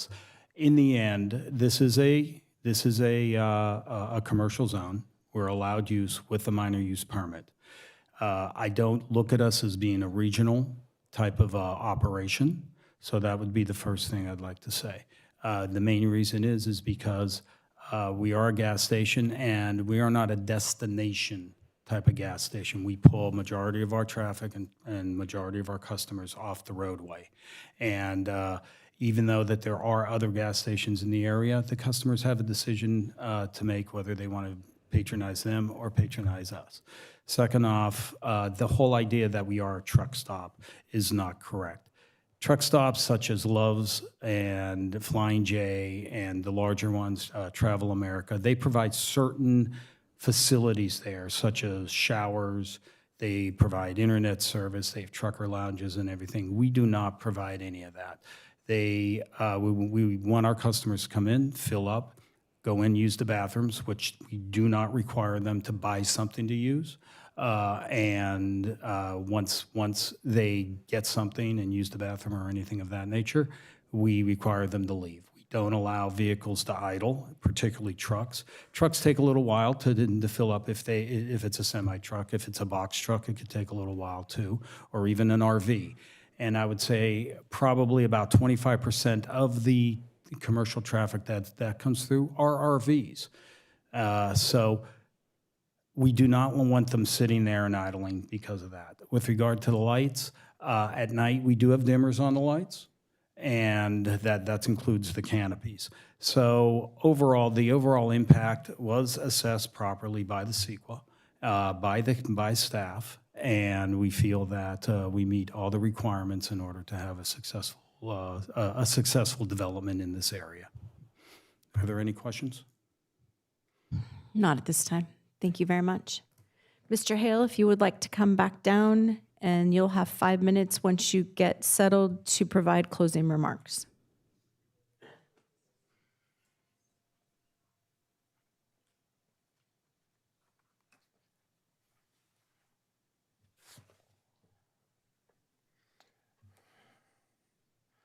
First off, I want to mention that Maverick performed a truck circulation study which seemed to pass. But when at a closer inspection, you notice that the design vehicle they had used had been modified, and the wheelbase had been shortened by 3 feet in order to make sharper turns. So I don't know that we can use any of their circulation data because it's all been cheated. The length of the truck is 3 feet shorter than the Caltrans standard STAA vehicle. So I just wanted to mention that. I will focus on correcting the record, addressing several technical and procedural inaccuracies that affected the Planning Commission's decision. Truck circulation and STAA movements were misrepresented. The applicant has stated that STAA trucks can safely enter, circulate, and exit the site. That is not supported by field reality or by his own statements or by this traffic study that they did. At the Planning Commission's hearing, the applicant acknowledged that trucks sometimes run up on curbs. That is not a design feature. That is evidence that the design does not meet county standards or for off-tracking containment. The commission relied on a site plan I had never been shown. Commissioner Slowick led the applicant into agreeing that the curved approach directs trucks. Well, STAA templates don't work that way. That's not substantial evidence. The board is the first body to have complete corrected circulation exhibits. Site distance deficiencies were not evaluated. The applicant has suggested that site distance is adequate. My field measurements, taken using Caltrans standard procedures, show that corner site distance is not met for multiple movements. These are measured deficiencies, not opinions. Commissioner Slowick asked questions about the left turn pocket for turning onto eastbound Buckthorn Road and U-turns onto northbound Oasis Road. He only asked about the length of and capacity of the turn pocket. He did not ask about site distance, circulation patterns, or the proximity of the post office driveway. The response to his question from traffic was 50 feet plus or minus, and it holds 2 to 3 vehicles. That was it. No questions about site distance or queue spillback, the things that really matter. Maverick driveways. The Maverick driveway for automobiles is right in, right out. They won't let them come out and cross the highway. Most drivers want to return to Highway 138 or travel down north on Oasis Road after exiting the Maverick driveway. Those drivers will use the left turn pocket for eastbound Buckthorn Road to make a U-turn. Thousands of vehicles per day will be making U-turns at that intersection. Our corner site distance exhibits verify that the site distance is inadequate for both the post office driveway and the westbound Buckthorn Road left turn movement onto southbound Oasis Road.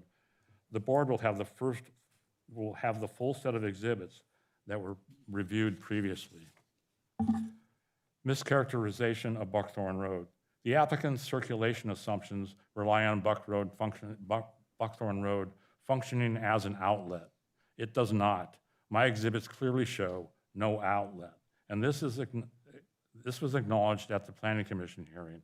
The commission did not reconcile this contradiction, and the applicant continues to rely on a roadway connection that does not exist. The applicant's consultant reported ambient noise levels as low as 35.8 decibels. 1 minute remaining. Which is far below the realistic, what is realistic for this corridor. My field measurements show daytime ambient noise between 42 and 50 decibels, which aligns with actual rural highway conditions. When operational noise, diesel fueling, truck idling, air compressors, and nighttime activity is applied to a realistic baseline, the project exceeds county thresholds. The consultant usually uses unusually low baseline is the only reason their operational noises are acceptable. The board is seeing the first corrected data for the first time. I included my noise study in the exhibits. The Planning Commission did not hear a neutral evaluation of evidence. The applicant was coached with leading questions. The commissioner relied on a site plan that I had never been shown. That's time. Okay, thank you. Thank you very much. I will ask the planning staff to come back down, land use services, for questions from board members, please.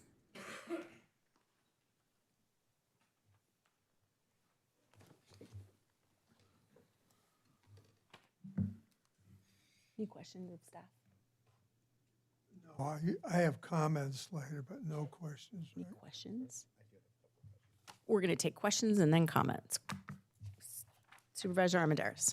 Yeah, thank you.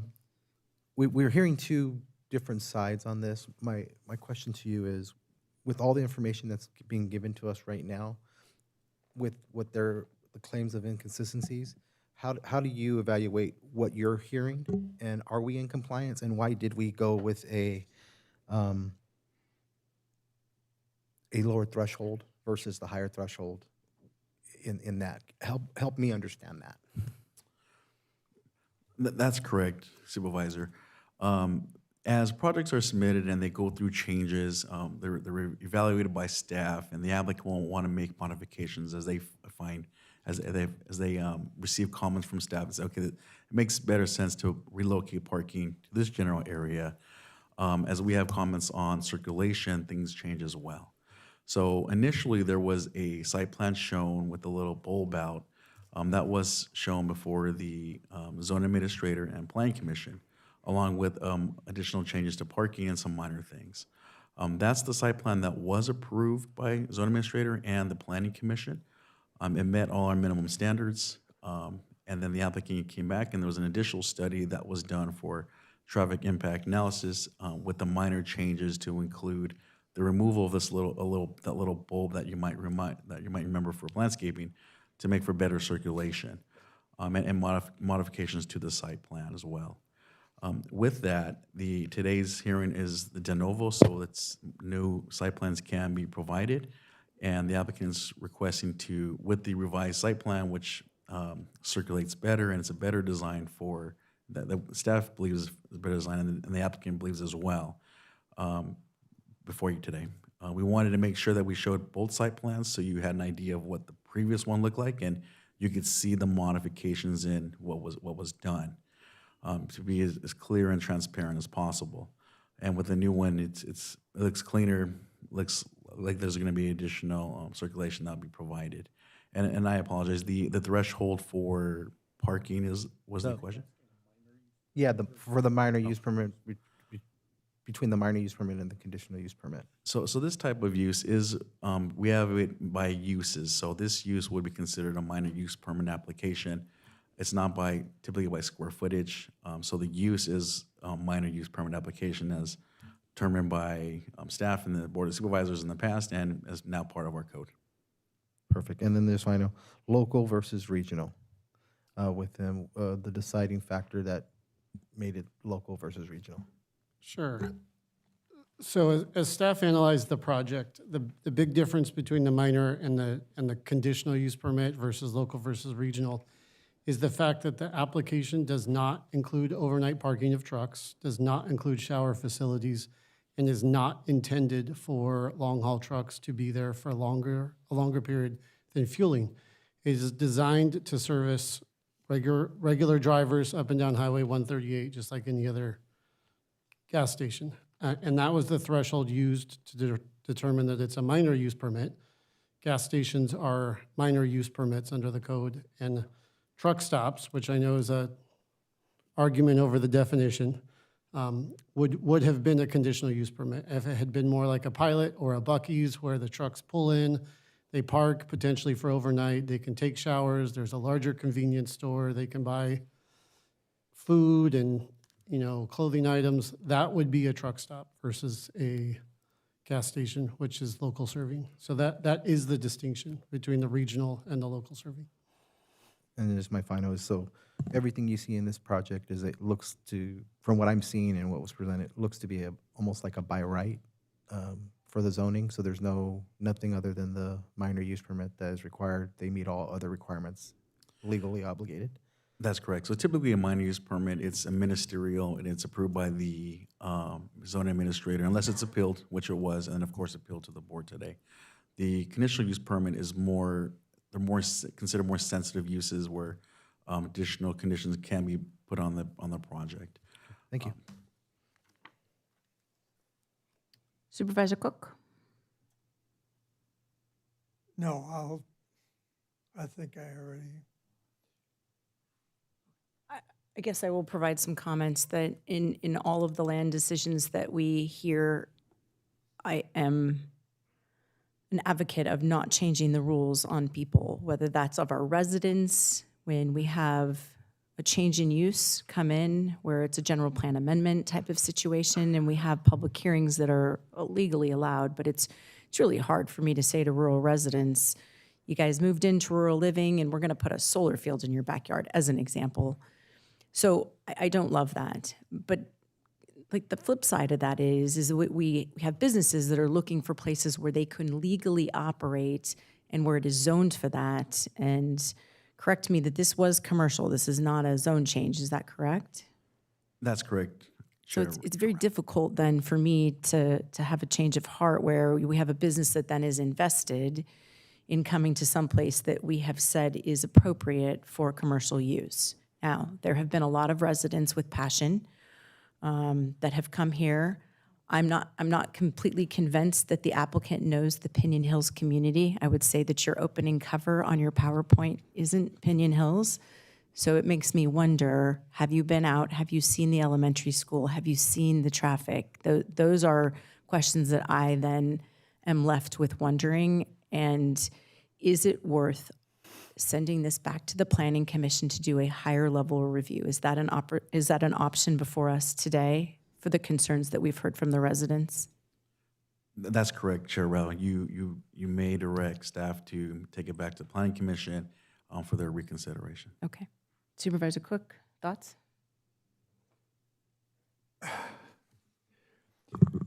you know, this is caught between a rock and a hard place, and probably I'm doing a disservice to the applicants because I have certain ideas that that go back, I don't know, 10, 20, 30 years about the desert. And I'm always worried about people wandering off into the what they used to call the Delta Corridor. I think they still do. I don't know, Dawn, you might know. I am worried about safety. I've been involved where, unfortunately, we've had people that have died out there in the desert. The desert is very unforgiving. Now, this might be a long ways, but you'd be surprised when you get an analysis where somebody got lost out there on one of the hard surface roads, and you would think you would be able to find them, but no, they wanted to walk, or these were people in pretty good shape. The desert, as I said over and over again, is very unforgiving. I think it would be great for the area and everything right now. And maybe because of my past history with the desert, I don't feel comfortable with it. And I would be, at this time, a no. Thank you. I would like the board to consider, if we were to send this back to Planning Commission, we heard from Mr. Hale that there was a road, I believe it was Oasis, that was not necessarily taken into consideration for the traffic study, and he's nodding in the affirmative, and that there were some discrepancies in truck length. So if this were to go back to Planning Commission, could the direction from the board be to study the traffic circulation as it relates to safety so we can address Supervisor Cook's concerns there as well? Can I take it a step further? I'd like us to see all the issues that he brought forward. If we can make sure we look at those to give our opinion as a county of the accuracy of his analysis, and bring that to the Planning Commission so they could have the opportunity to hear it once again with all things being equal, and really look at it from that objective standpoint. Okay, I'll make the motion for my colleague's recommendation to go back to the Planning Commission. Thank you. So I think that let's make the motion clearer of it's to grant the appeal, return the matter to the Planning Commission to reconsider all items raised by the appellant. Yes. I have a second from Supervisor Armandaris and a motion from Vice Chair Baca. Madam Chair, can we close the hearing first? I will close the hearing before I call for the vote. Thank you. All those in favor? Aye. Any opposed? Any abstentions? So I want to make sure I understand it. So we are granting the appeal, and then we're going to send it back to planning to review it again, right? Yes, based on the criteria raised by the appellant. All right, thank you. Thank you very much. Thank you, Madam Chair. With that, the item to grant the appeal is approved in, with those members present. Thank you very much. Item number 107 is an appeal of the Planning Commission approval of Mercury Dry Camp, also being presented this morning by maybe Paul? Okay. Lina, will you please read the order of proceedings for this one? Thank you, Madam Chair. This is an appeal of a Planning Commission action for a conditional use permit to construct and operate a 12-site dry campground facility in Homestead Valley and Joshua Tree. The appellant is Wendy Wacker. The applicants are David Lee and Joseph Milburn. The order of proceedings will be as follows. The chair will open the hearing. Paul will present the item. The representatives for the appellant, Wendy Wacker, Donovan Collier, and Frederick Chin, will have the opportunity to make a 15-minute presentation. The representatives for the applicant, David Lee and Joseph Milburn, and Paige Gosney, will also have an opportunity for a 15-minute presentation. Following that, the board will take public comment, and members of the public will have 3 minutes to present their testimony and are asked to avoid redundant testimony. Once that is concluded, the applicant, followed by the appellant, will each have up to 5 minutes to present their closing remarks. And then staff will be available to offer comments and respond to any questions. And at that point, the chair will bring the matter back to the board. Thank you very much. Before we start, Paul, I'm going to capture your attention. About how long is your presentation? Ballpark. Roughly 10 minutes. Okay, so what we're going to do is, as I announced at the top of the meeting, we'll break at noon. What we'll do in this instance is we will receive your presentation and then we will break, and then I'll announce the time that we'll come back certain to continue on with the proceedings. Is that okay? Very well, thank you. Good morning again, Chair Rell and Supervisors. Paul Gonzalez, Planning Chief. And next to me is Paul Toomey, Planning Manager. And before you, of course, is an appeal for a 12-site campground on 7.5 acres in the Joshua Tree community. I need to open the public hearing, just in case I didn't. Thank you. Okay.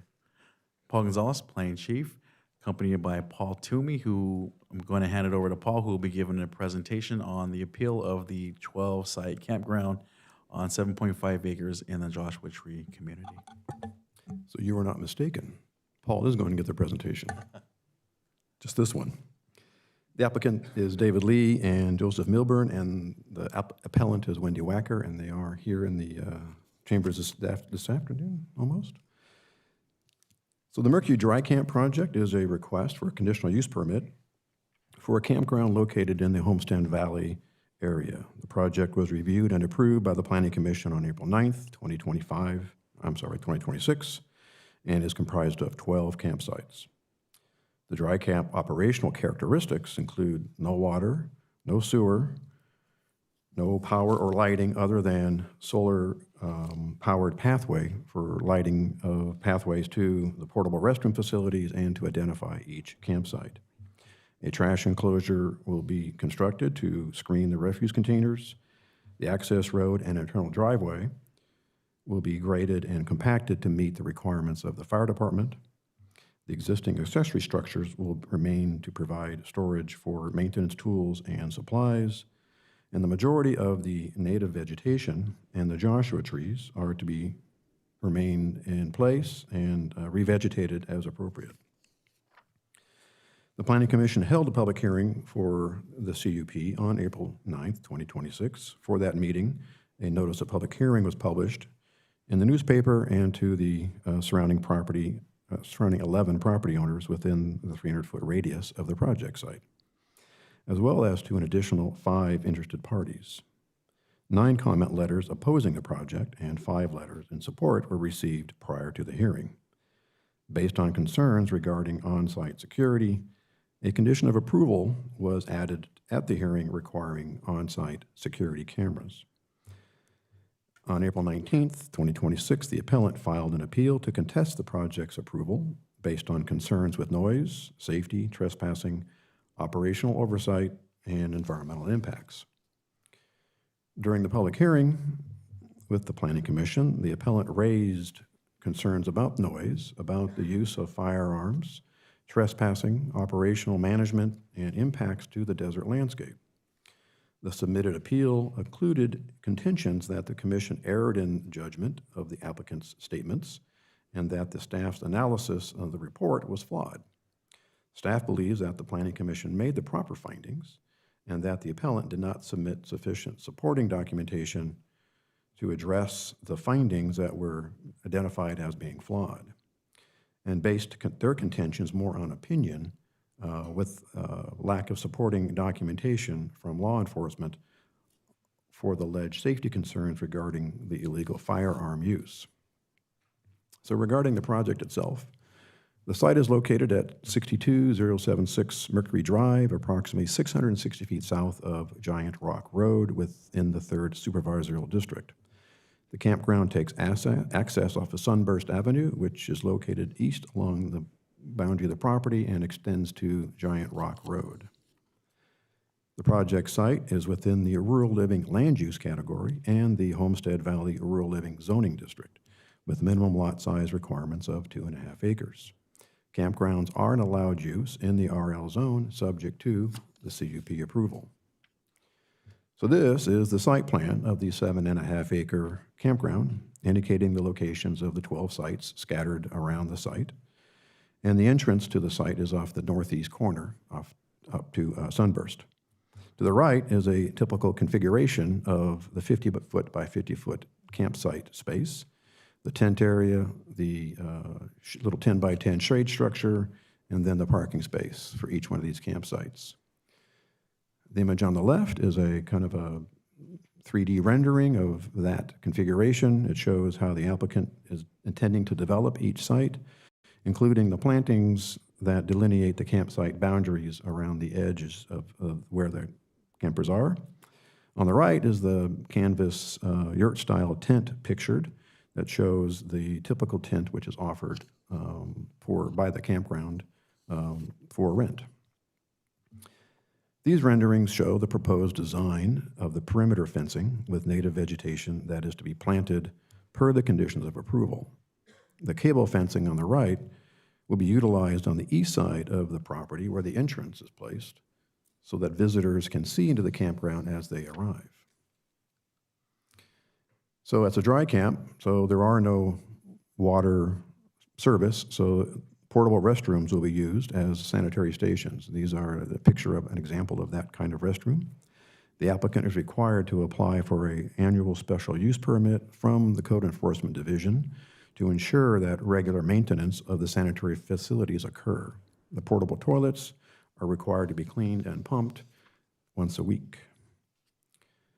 The project is found to be consistent with the policies of the countywide policy plan relating to compatibility with existing uses, the land use map consistency, and economic development as the site is developed, as the site design and development features for the campground complies with the standards of the development code.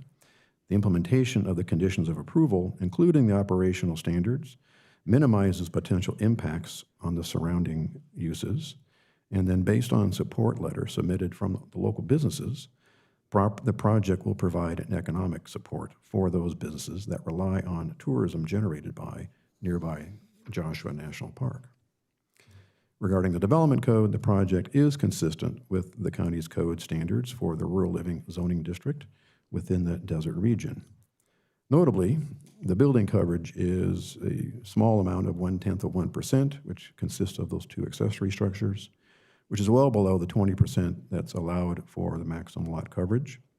And the maximum height of a yurt is about 16 feet, well below the 35-foot height limit. Not listed here is the campsite density, which is about 1.6 campsites per acre. Just as context, an RV park is allowed to be 4 campsites per acre. Environmentally, the project is subject to the California Environmental Quality Act, and the initial study and negative declaration was prepared pursuant to the requirements of CEQA. The 30-day public review period and comment period was conducted from January 23rd to February 22nd, 2025. One agency comment letter was received from the California Department of Fish and Wildlife. No public comments were received during that period. The mitigation monitoring and reporting program includes mitigation measures that reduces the potential impacts below significance for biological resources, cultural resources, geology and soils, and then tribal resources. And lastly, over the course of the project review process, several public notices were provided. 13 initial project notices were mailed on October 24th, 2023, to the surrounding property owners, advising them of the application for the proposed project. The county received 5 letters of support from local businesses, supporting the establishment of the campground to help sustain their business. And 2 letters of opposition came from neighbors complaining of noise and trespass violations, and then also requesting to stay informed with the project's progress. And staff has corresponded with those recipients to provide project updates as the project has moved forward. As mentioned, on April 9th, 2026, the Planning Commission held a public hearing for the proposed project. The notice of hearing was published in the newspaper and mailed to the surrounding 11 property owners within that 300-foot radius.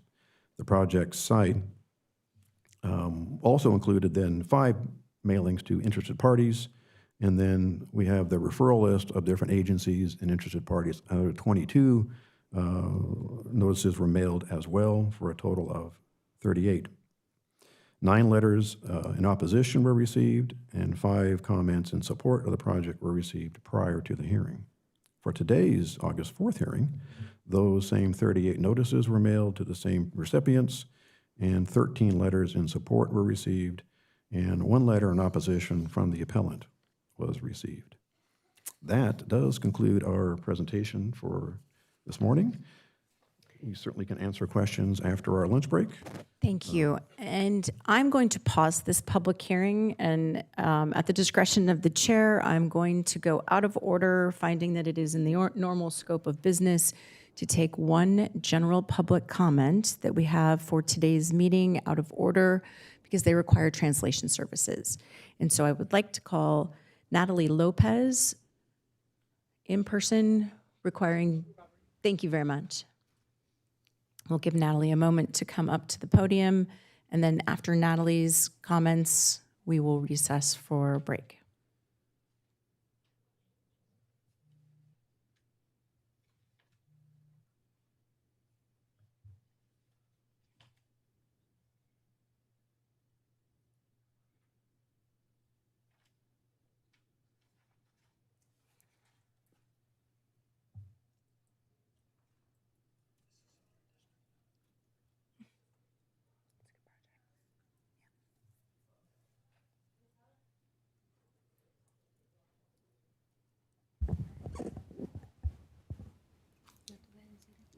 Sí, usted hablé con el consejo.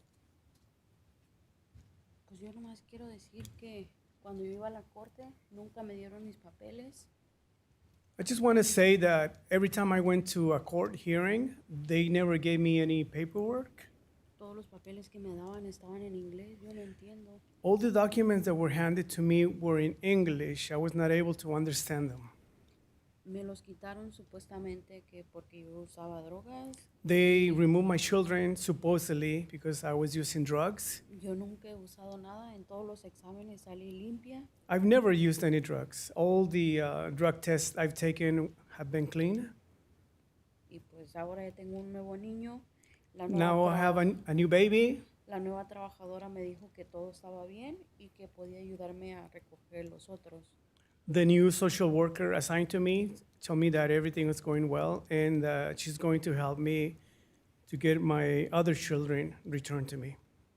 Pero tengo una trabajadora que supuestamente me ayuda, pero todo el tiempo que yo le hablo, ella dice que está ocupada, que no me puede ayudar ahorita. However, the new social worker assigned to me, I try to contact her, but she's always busy. They're always telling me that she's busy and she's busy doing other things. Yo es todo lo que quería decir. And that's mainly what I wanted to say. Gracias. Thank you. Thank you very much. All right, we will continue with the public hearing at 12:30. Thank you very much.